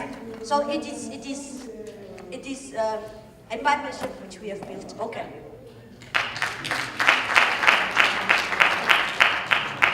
Sanbonan, Ninja, Engzokusha namhlanje ukuthi. Okay, I was trying to be like Zulu today. What I wanted to say is that I just wanted to add on my colleague to say, when we live here, let us not say we were in Santen. When we live here, all we need to do is to come together as the stakeholders. whether NGOs, CBOs, let's come together and sit down. And so that when we approach our local government, we approach them together while you are doing with HIV and AIDS or whatever you are doing, you are still working with the poor. And we must now tell our government to say, in policy making, we should be there. Because consumer educations that we are doing in our communities, they are now thinking that we are politicians. We are taking over what they are doing. They were supposed to be supporting us. So we request so that when we leave here, as Zwanela was saying, my colleague, to say, let's stop talking and another one at the other corner. So when we reach, like we are here in South Africa, I'm from Northwest, let me organize the stakeholders that I'm working with. Let the provincials know that what we want, or maybe our municipalities, where in the jurisdiction we are working at, so that they should know we are people that wants to do things at our own. And I will tell, I'll be honest, I thought this, we are only suffering with Botswana, Zimbabwe. They are moving Zimbabwe. We take the experience because they've got this experience in South Africa of saving. So why can't we as an Africans teach our people, each and every time I must be taught how to catch fish with no worms. So I must have my own worms to catch a fish. Thank you. Thank you very much. Now, before we finalize the session with the proposal, the resolution, are already now you have each one the resolution. I go to ask very quickly if it's some colleagues from here are in the table, have some other key messages for these recommendations in 1 minute, no more than this, and then we go for this final proposal. But it's just to be clear, it's about these documents here, very, in 1 minute, please. Okay, going straight to the resolutions from 2012. I think the resolutions are nice, as with all other commitments, instruments that we have all our countries have signed, voluntarily signed onto. Nothing per se is wrong with those instruments, but there is something that is written in. It's a document that Joseph Sheklas shared with me. It's a commentary on Habitat 3 agenda, towards Habitat 3 agenda. It asks the question of evaluation.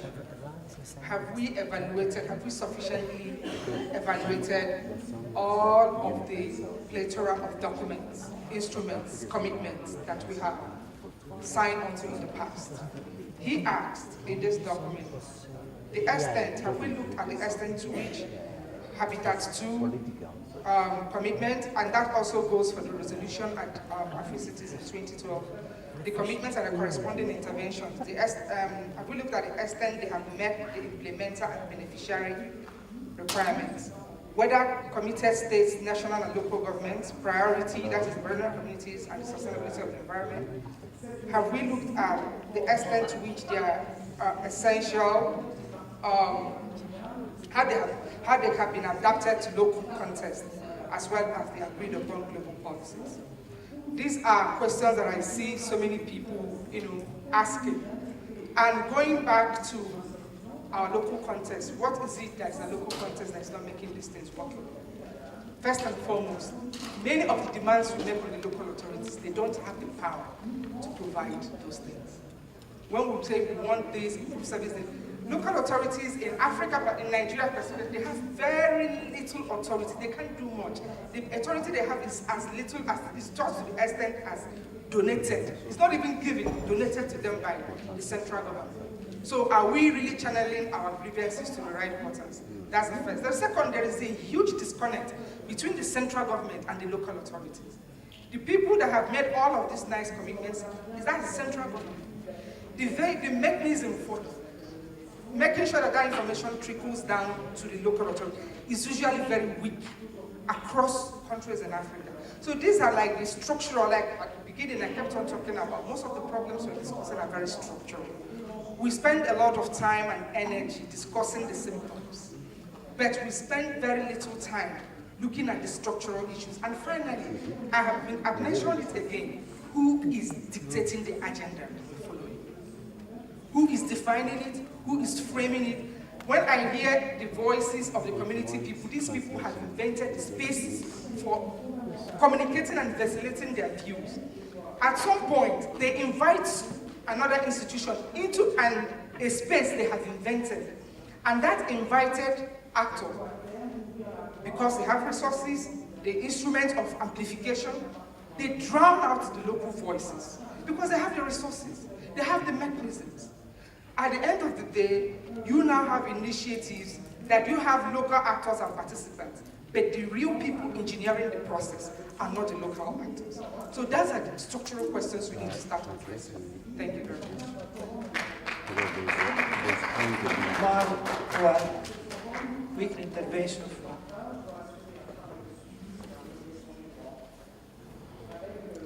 Je parle sur les recommandations. Sur le point des gouvernements nationaux africains, le point 2, pour promouvoir et mettre en œuvre des projets communautaires dans les zones urbaines et rurales. Moi j'ai ajouté, tout en impliquant les communautés touchées directement.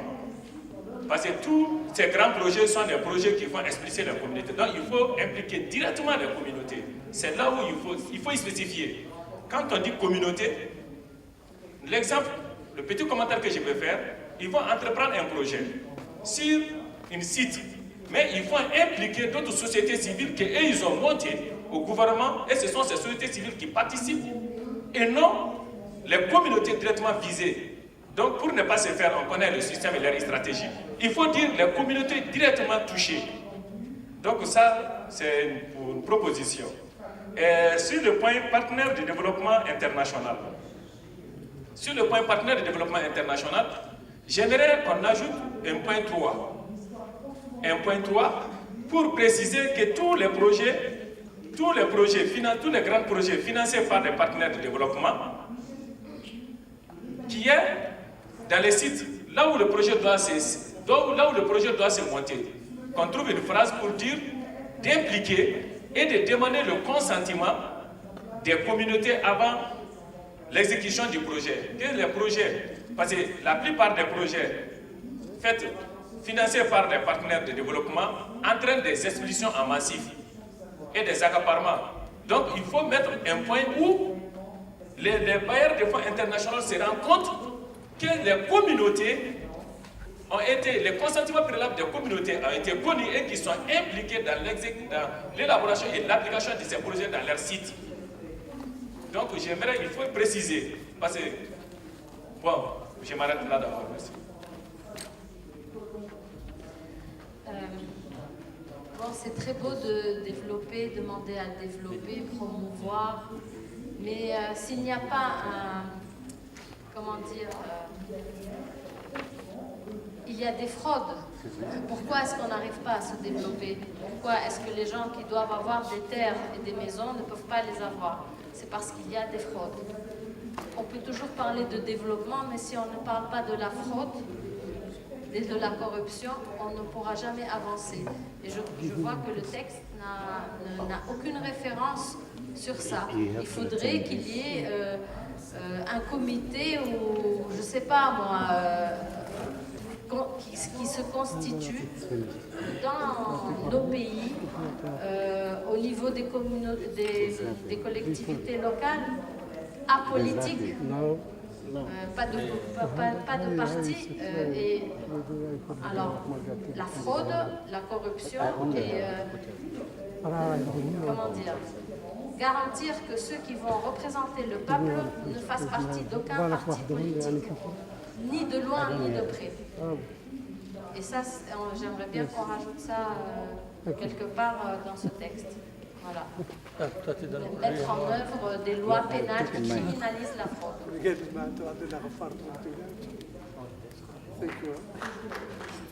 Thank you.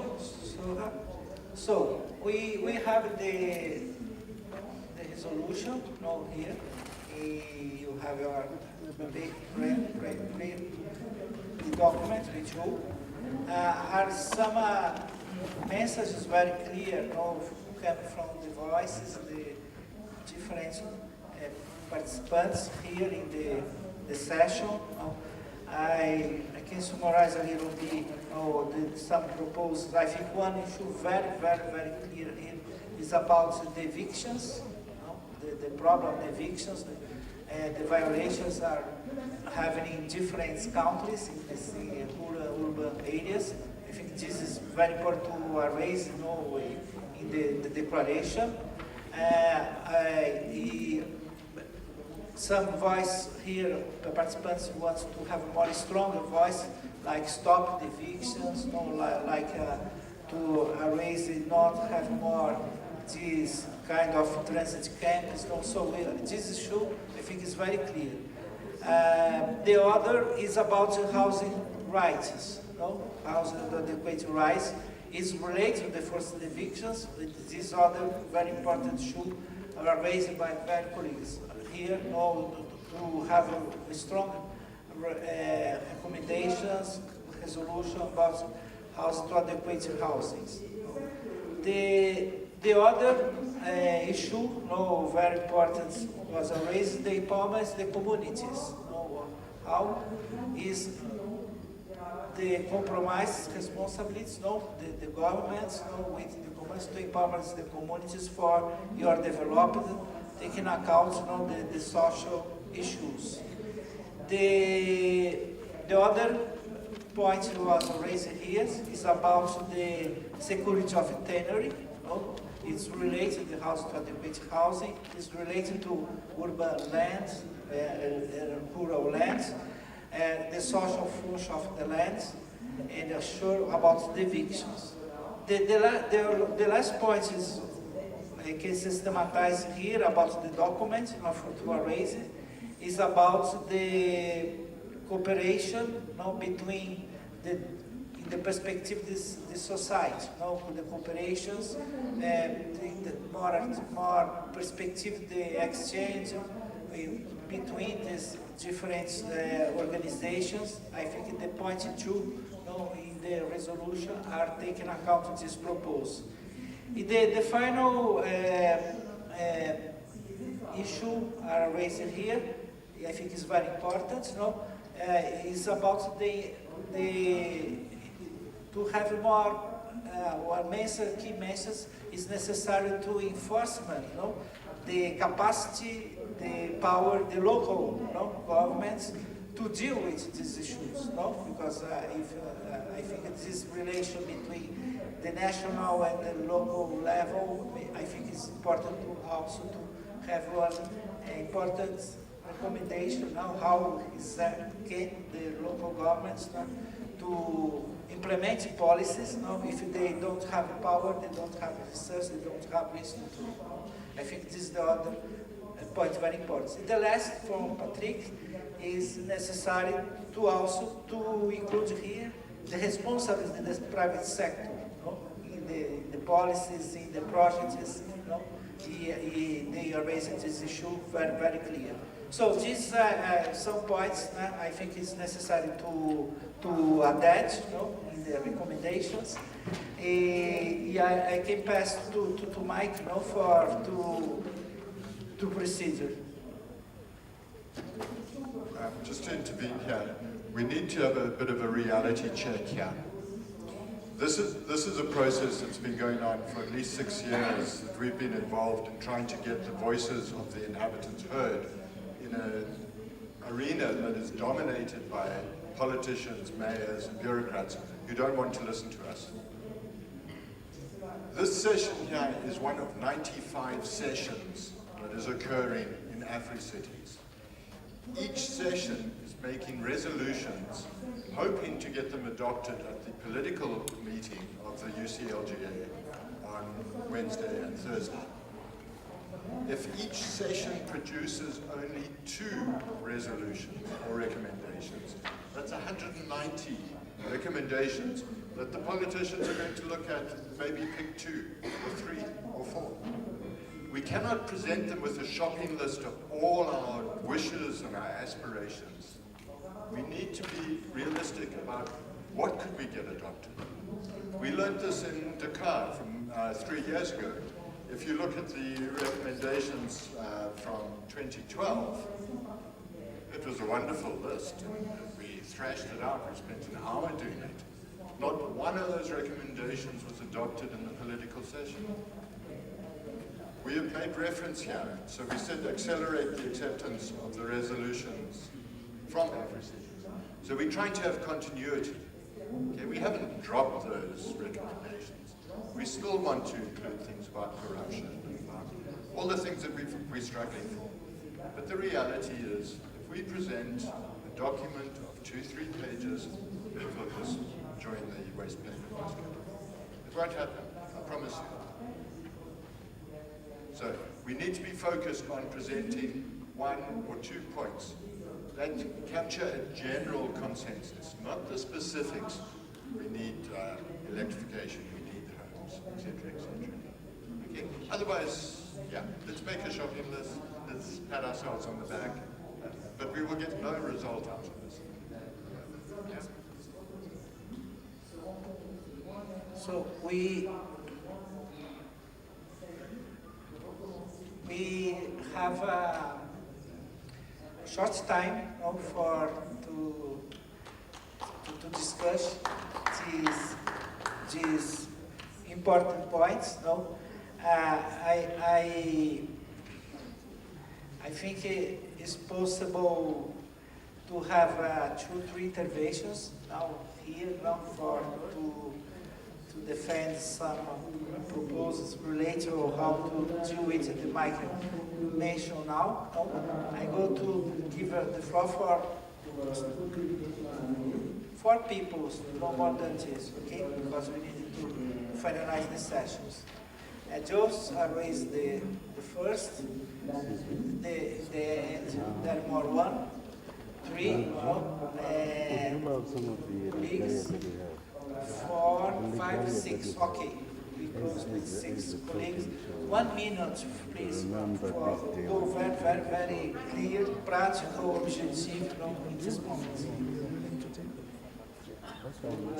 Less than 1 minute. Considering what we've heard, what Mike has guided us on strategy, and what the majority has said, and all the other demands that we have, I think it would be useful and tactically wise.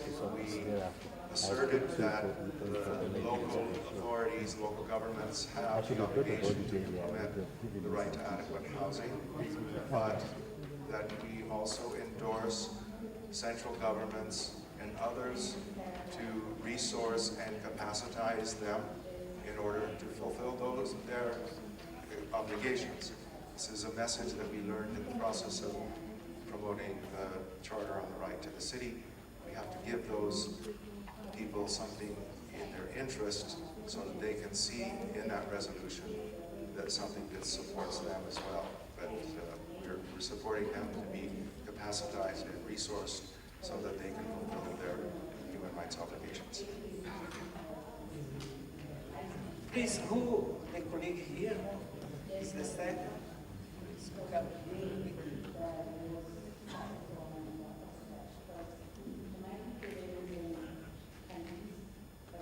Thank you very much.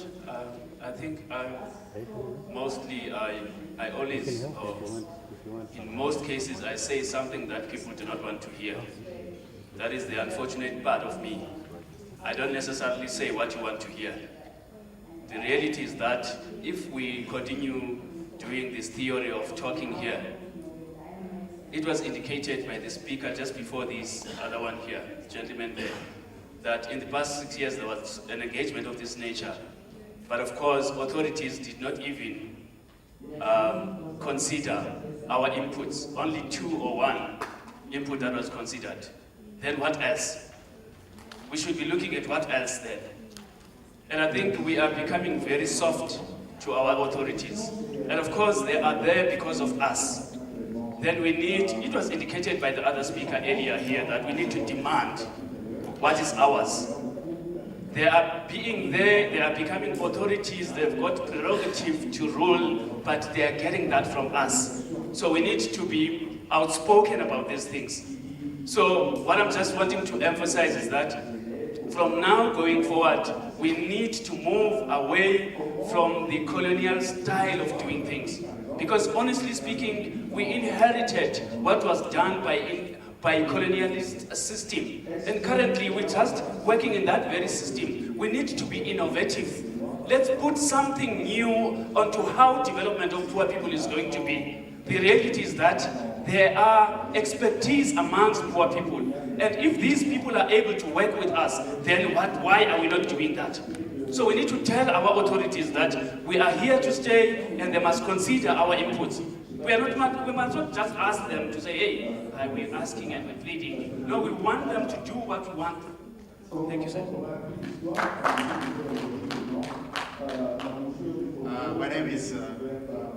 My name is Humphrey Otieno, also from Nairobi, Kenya. Just building on the two colleagues, because I think we are being told to try and narrow it to very specific. I think I've been asking myself the question of how many resolutions have been made, how many aspirations has been made by either the Africities, how many conventions have been declared by the UN Habitat. It is good that we are here today building to the road to Quito, which I think is another good platform.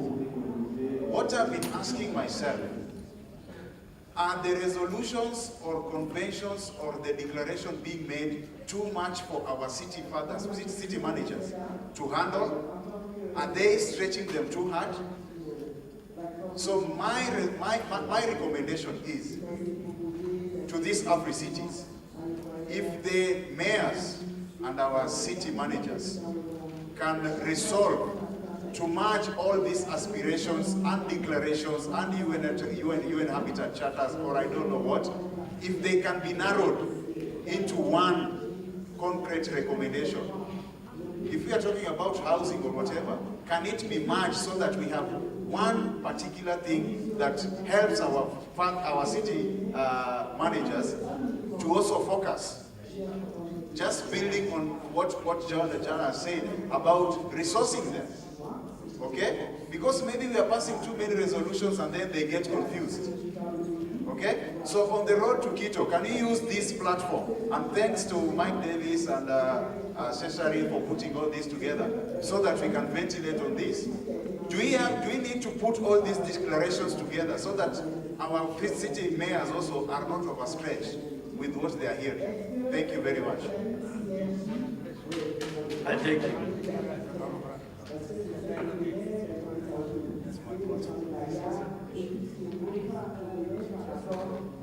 Clarify again. Now you are in the moment to prioritize these recommendations with the inputs we mentioned for the colleagues are going to include. Now is for the focus is more how we go to prioritize, like Mike mentioned, what's the main issue, the main proposal now for Africities. This is the focus now for the three colleagues are here. Please account this. Thank you. My name is Dave Mwalahi, the residents from Slovo Park in the south side of Johannesburg. I was a bit touched by the panel when they were talking at different stories from all the cities. But what I've realized out of it, I was asking myself a question of saying, are we really united as Africa? As they were talking about the solidarity, the question that was coming to my mind was, do we have the people that can represent us in those local and the national, even in the states, that will make sure that whatever the recommendations or resolutions that were made or that was made in the city, this Africity goes forward. This happened actually. Yeah, so I think we have to do that. If you are going to say we are going to be a solidarity, I'll start by by adopting what Ma'am Rose was saying, that maybe we should write those memoranda. In those memoranda, those recommendations must be a part of the memorandum as well. And to make sure that we make this panel or whatever, this session, be represented nationally. So I hope I'm making myself clear. So I'm also recommending the policies that Seri came up with to say whatever resolutions that we must take, must also look at the policies and the legal framework of it. So we must also make sure that those kind of things we take along. Thank you. Please, if you have proposals, I mean something, be practical. Come and speak, otherwise, I mean, we have to finish. Okay? Si c'est pratique, concernant le texte, pas autre chose. Moi, je vais commencer par une observation fondamentale. On nous demande de prioriser quelque chose qu'on ne peut pas lire. Je m'appelle M. Khatar, Cheikh Ahmed, je suis de Mauritanie. On nous demande de prioriser quelque chose qu'on ne peut pas lire. Il faut qu'on parte du principe que l'Afrique est francophone, anglophone et arabophone. Si Africité ne prend pas en considération cet élément-là, je ne sais pas où est-ce qu'elle va. Ensuite, Africité, nous on a participé au sommet de Dakar. Est-ce qu'on n'a pas fait le bilan de ce qui a été fait d'ici là, depuis Dakar jusqu'à maintenant? Il faut qu'on fasse un peu notre bilan.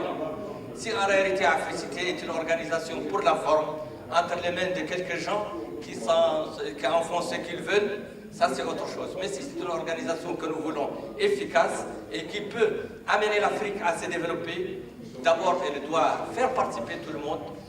Mon pays, je ne sens pas qu'on a participé depuis aujourd'hui à quoi que ce soit de ce qui se fait, ni aux résolutions, ni à l'approche, ni à la réflexion.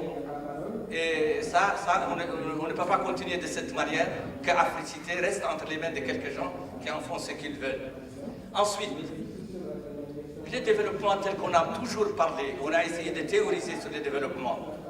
Est-ce que nous allons suivre le développement de l'Occident tel qu'il a été fait et qui commence à échouer et à arriver à ses limites? Ou est-ce que nous-mêmes, nous essayerons de ne pas faire les erreurs de l'Occident? Merci. Okay, we now have the final intervention here from the colleagues at the table, and then we'll go to finalize this session. Oui, moi, dans les recommandations, s'il vous plaît, dans les recommandations, s'il vous plaît, dans les recommandations, moi, ma proposition, c'est, parce que les recommandations sont faites pour l'Africité, mais moi, je propose qu'il y ait un suivi des recommandations, qu'on essaie de décider du suivi des recommandations. On va soumettre les recommandations, mais qu'on décide du suivi des recommandations et qu'on fasse d'autres propositions. Parce que nous sommes des réseaux différents pays où nous pouvons faire des actions globales partagées pour soumettre ces recommandations à nos propres gouvernements. Donc on peut faire une action à travers l'Afrique pour soumettre ces recommandations à nos gouvernements et faire de ces recommandations une lobbying aussi auprès de nos gouvernements. Ça aussi c'est concret. Parce que c'est ce que nos camarades du Zimbabwe et autres nous ont dit. Est-ce qu'ils nous écoutent? Ici c'est l'espace qui est hors de nos pays.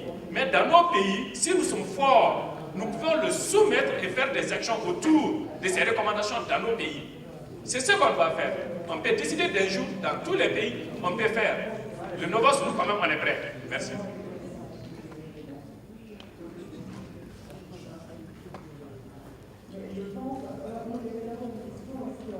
Comrades, what what we have decided as a Abahlali Women's League is to save for the operation Asakisane. But our operation won't be successful if we don't have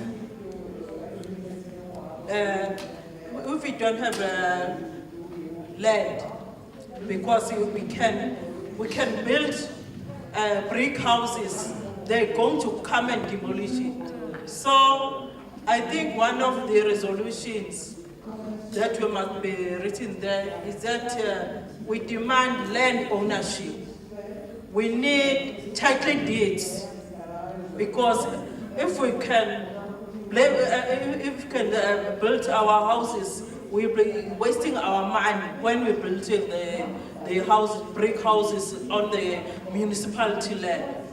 As we have seen how they send the red ants to demolish our houses. We have 500. Yeah, close to. No, you can give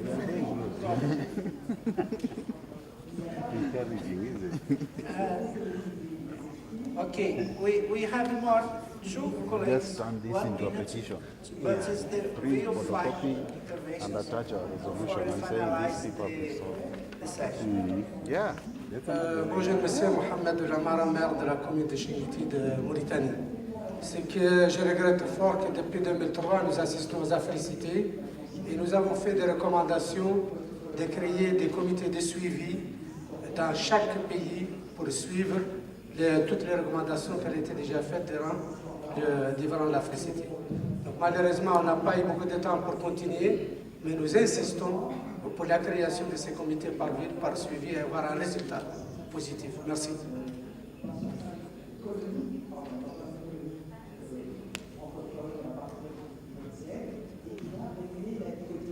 Bonjour, good morning.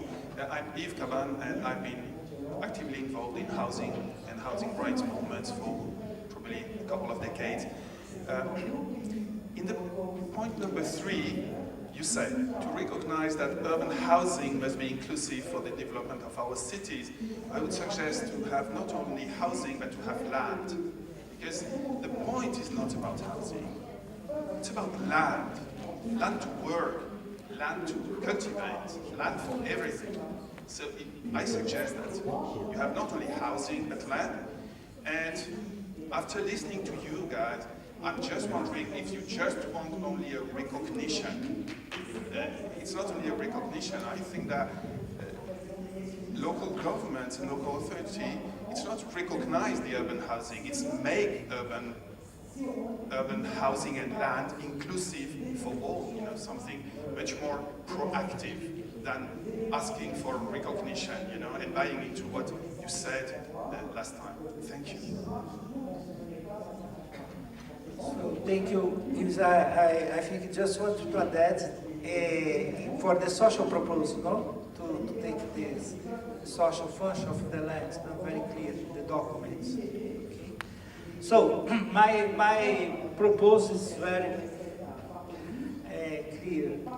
We have the resolution, which is recommendations. No, we have some adds proposed that we are taking account during the session to include in the resolution.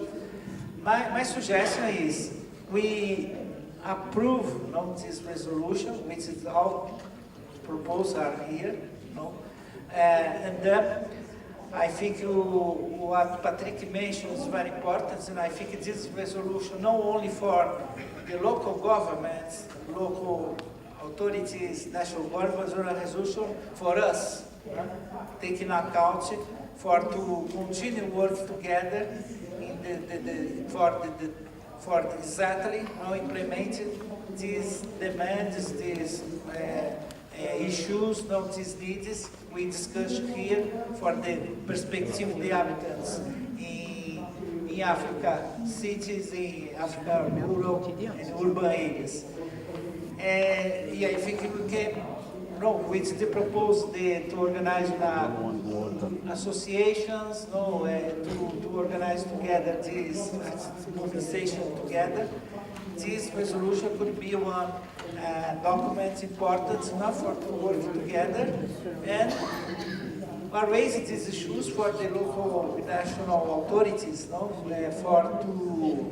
to adopt these recommendations. This is my suggestion because I think it's not, we don't have conditions now to define if one resolution is more priority than the other, no, and to cut or add to others. My suggestion is we approve the documents, no, to send for the Africities to adopt some recommendation resolutions, but also these recommendations became recommendations resolutions for the inhabitants. The organization are here.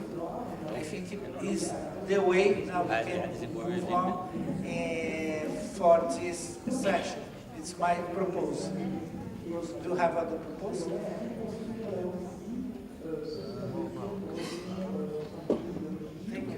I just want to push my luck on this because I said it earlier and it seems to be we are not considering it. We are all complaining here, crying and crying. And then when we put it here, we put it nicely and send it to them. But the crying is amongst ourselves.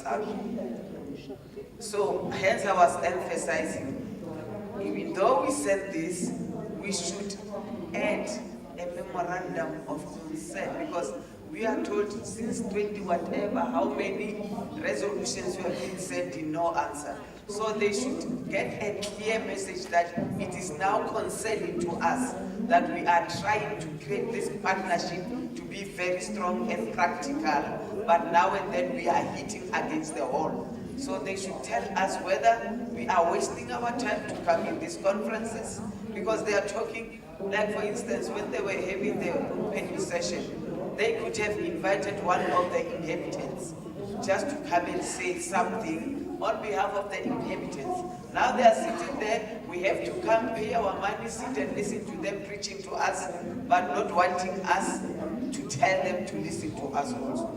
I think we should really emphasize to send our, even if it's one paragraph of a consent, to say we really want to work with you guys, but it seems to be we are on a merry-go-round. We are not clinging to each other. We have to raise that consent. Then it will strengthen our resolutions. We have agreement with the proposed rules to add that it is strong paragraph at the beginning. Okay.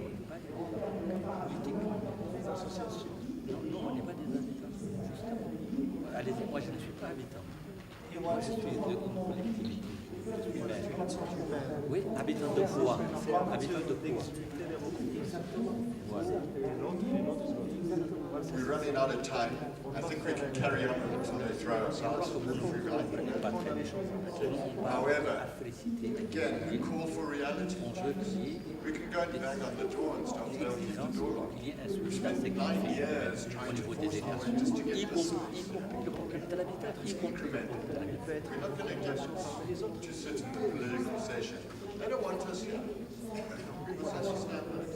We've had to fight long and hard to do this, to get people, to get residents associations accepted in this process. It's been a long, strong battle. Let's recognize the continuity. It's not about us just arriving here today. There's a long history of this. People need to read that history. To go on and look at former documents so you understand the process, you contribute to the process. Rather than just saying, well, we're not achieving anything.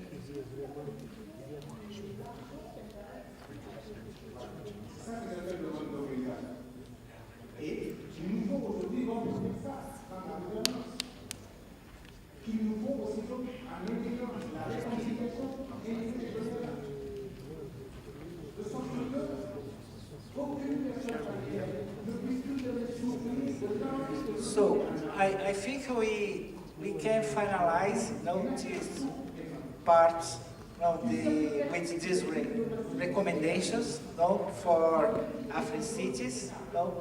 And just remember, this panel was one focus very important, how we go to Quito. For the next year, we have the conference, the Habitat 3, is very important. We go to work together in the perspective to include exactly your demands, the platform, like we are working this very hard to include the right to the city, the perspective of this new urban agenda. And also are organize a plan very clear to organize the social forum in Quito next year.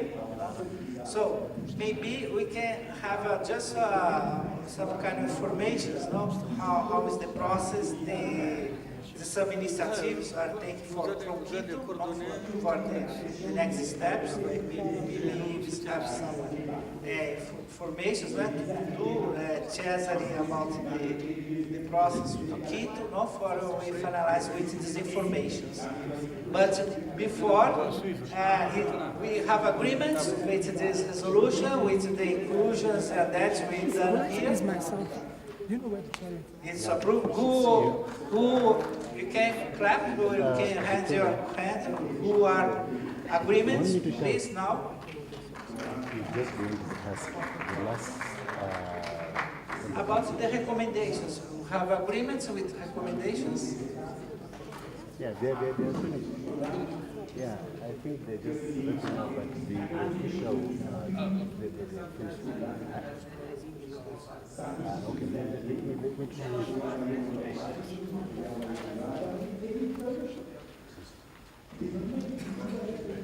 2 pages.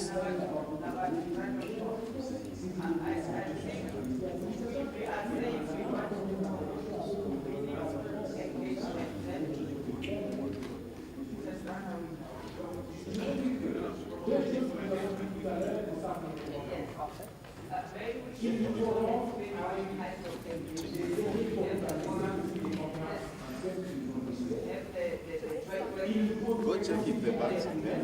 Yeah, yes. One is down to the fifth floor. Okay. Yeah,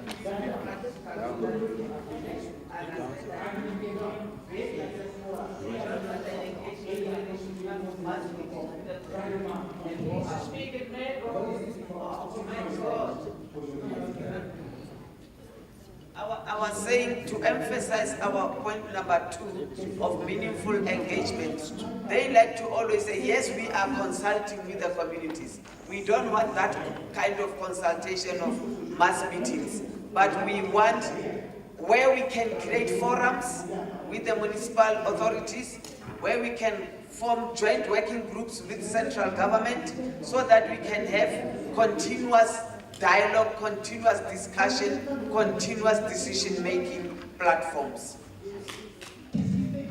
Okay, we can exactly that, they propose the rules made here, in the topic 2. With this or that, make now for host, I ask again, if you can approve these recommendations for Africities, also for we continue, the work together, the perspective, the associations relate the issues we are raising during the session. It's okay? Have agreements? Okay. But who agree, please? Hand. Okay. Everybody. Okay. Okay.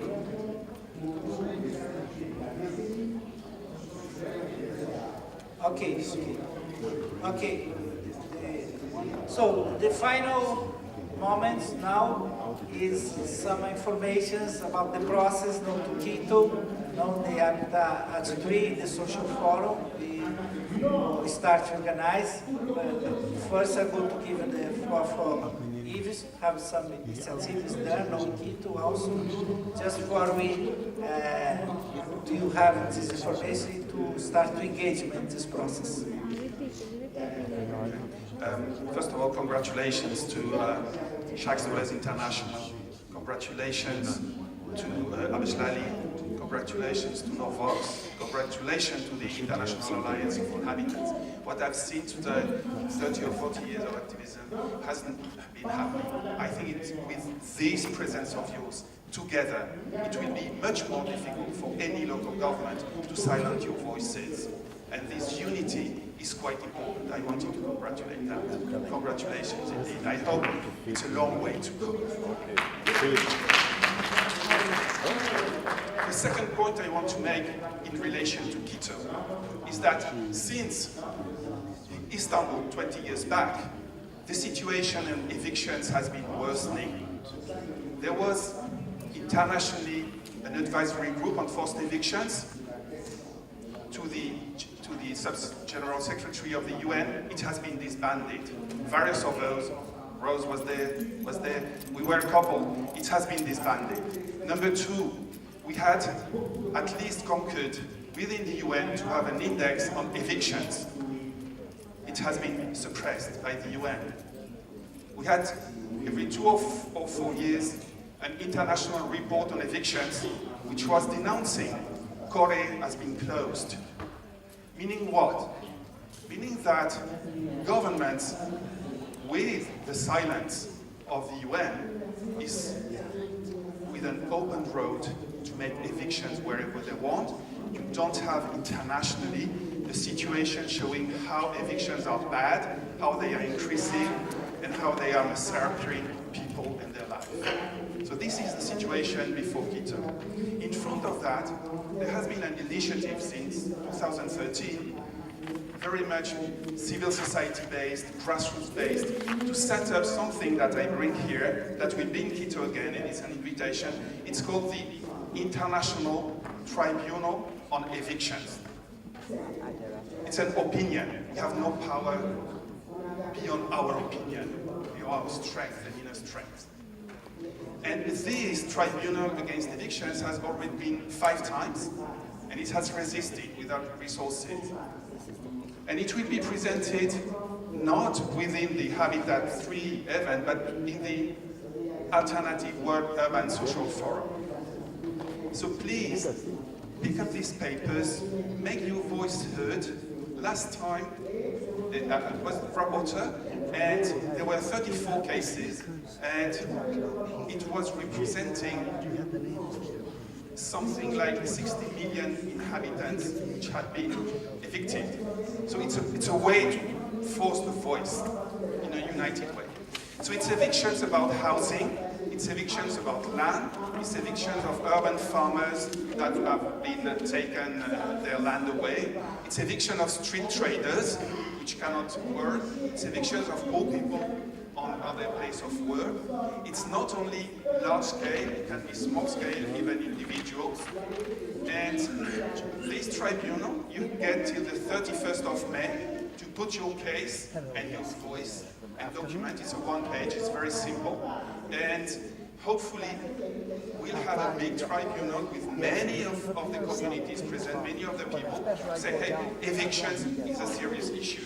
Please speak of it within Habitat 3. So far there is nothing on that. And just to complement, to say that there's a book that was done, I'm also a professor. We did that with various of you on how people face evictions. Because evictions take place, but as we heard here, there are many ways to struggle for that. Interestingly, these 8 cases are from different forms of struggle, including Abashlali case, there is a Novox case, an International Alliance case, Asian Coalition and Shacks case, and others more from China. So this book is available for free. You can get it, and it tells you the struggle of people from different angles. It's part of the effort to have the tribunal being a united voice and calling attention from these guys. Okay? So the papers are here. Feel free to document, spread the voice. There are no resources, but very much strength. It will be part of the alternative forum. So welcome. I don't want to be in the wrong place. We process them ourselves. So it comes, the question is, how long does it take to get this processed? Say, you have till the end of July to fill your case, to file your case. Then a group of volunteers, because we are only volunteers, a group of volunteers coming from universities, coming from grassroots, coming from civil society, NGOs, or just looking at these cases, making a report. We try to mobilize resources to get these people presenting, at least a selection of them. Then there is a jury composed of people who know about these issues, from the rights, or from the legal, or from the struggle, along the three lines that was spoken this morning. And there is a result coming from this tribunal that goes to the media, goes to the local authorities, goes to the central government. We go to the head from the UN to take eviction into case. We proposed to have a meeting to get more details at 5 o'clock for those of you interested to see how it happened last years. At 5 o'clock we can convene in the exhibition hall, which is easy to enter, at the UCLGA stand, and from there we can see where we meet according to the number of people. 5 o'clock for those of you interested. Thank you, Ives. So we have this international tribunal in this perspective in Quito, in the social forum. We need to have a social forum. It's a very important issue. So, and then I ask if someone can give information, how is the process in the social forum in Quito. 2 minutes.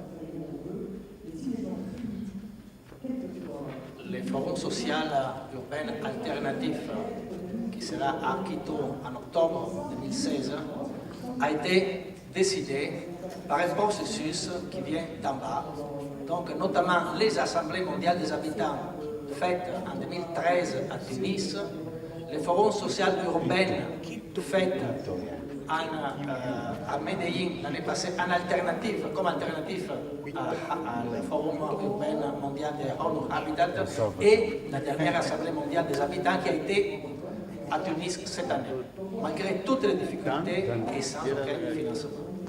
L'idée, c'est de porter, par un processus vraiment démocratique et d'en bas, les demandes, les propositions, les luttes, donc échanger des expériences, échanger des stratégies, mais surtout devrait être un forum qui décide la mise en œuvre de nos propositions. Non seulement un forum pour parler, mais pour décider. Là, il y aura les pouvoirs, là, il y aura le peuple. Le peuple, non seulement va demander d'échanger quelques petits gentils mots dans leur déclaration, mais va décider de construire ensemble la convergence des luttes pour obtenir concrètement le droit au logement, le droit à la ville, le droit à la terre, le droit à la vie. Nous vous attendons tous. L'idée, c'est que nous tous constituons des comités populaires vers Quito et comme ça porter nos demandes, nos vies, nos luttes et le futur de l'humanité qui ne peut pas être urbaine ou néolibérale, mais qui doit être fondée sur les droits humains, les droits de l'environnement et la responsabilité des habitants d'être les gouverneurs de leur pays. En solidarité, on va réussir. So, before we finalize, I have just more information. In the perspective, the Quito is social forum. He also in the conference that the United Nations Habitat 3. I just want to raise again, to reinforce the first intervention made from Rodrigo. We are also working in a global platform, the Right in the City, to have a real platform became from different communities, organizations in different regions of the world, Saturday we organize here in the UITS, University of Ronaldo, regional meeting in the Africa about the right to the seat. You are going to do the same process in Asia, or in Surabaya on December, and also in July, 2 meetings, regional meetings in the Asia perspective, the right to the city. And also in European, now we are going to have in the next year, we are on discussion where will be this regional meeting also about right to the city. So you are taking out this process from the regional perspective, the right to the city, for you having a real platform political, for building, cities with more justice, democracy, inclusive cities, sustainable cities. This is the main proposal for an urban utopia to exactly against this new model, the liberalism and colonialism in our cities. So I think we finalize our session. I want to thank again for our participants here, for the speakers, for who organizers the session, Mike special, was reporter, organizer, mediator, lots of things. So thank you very much for how we continue together. Thank you, Nelson.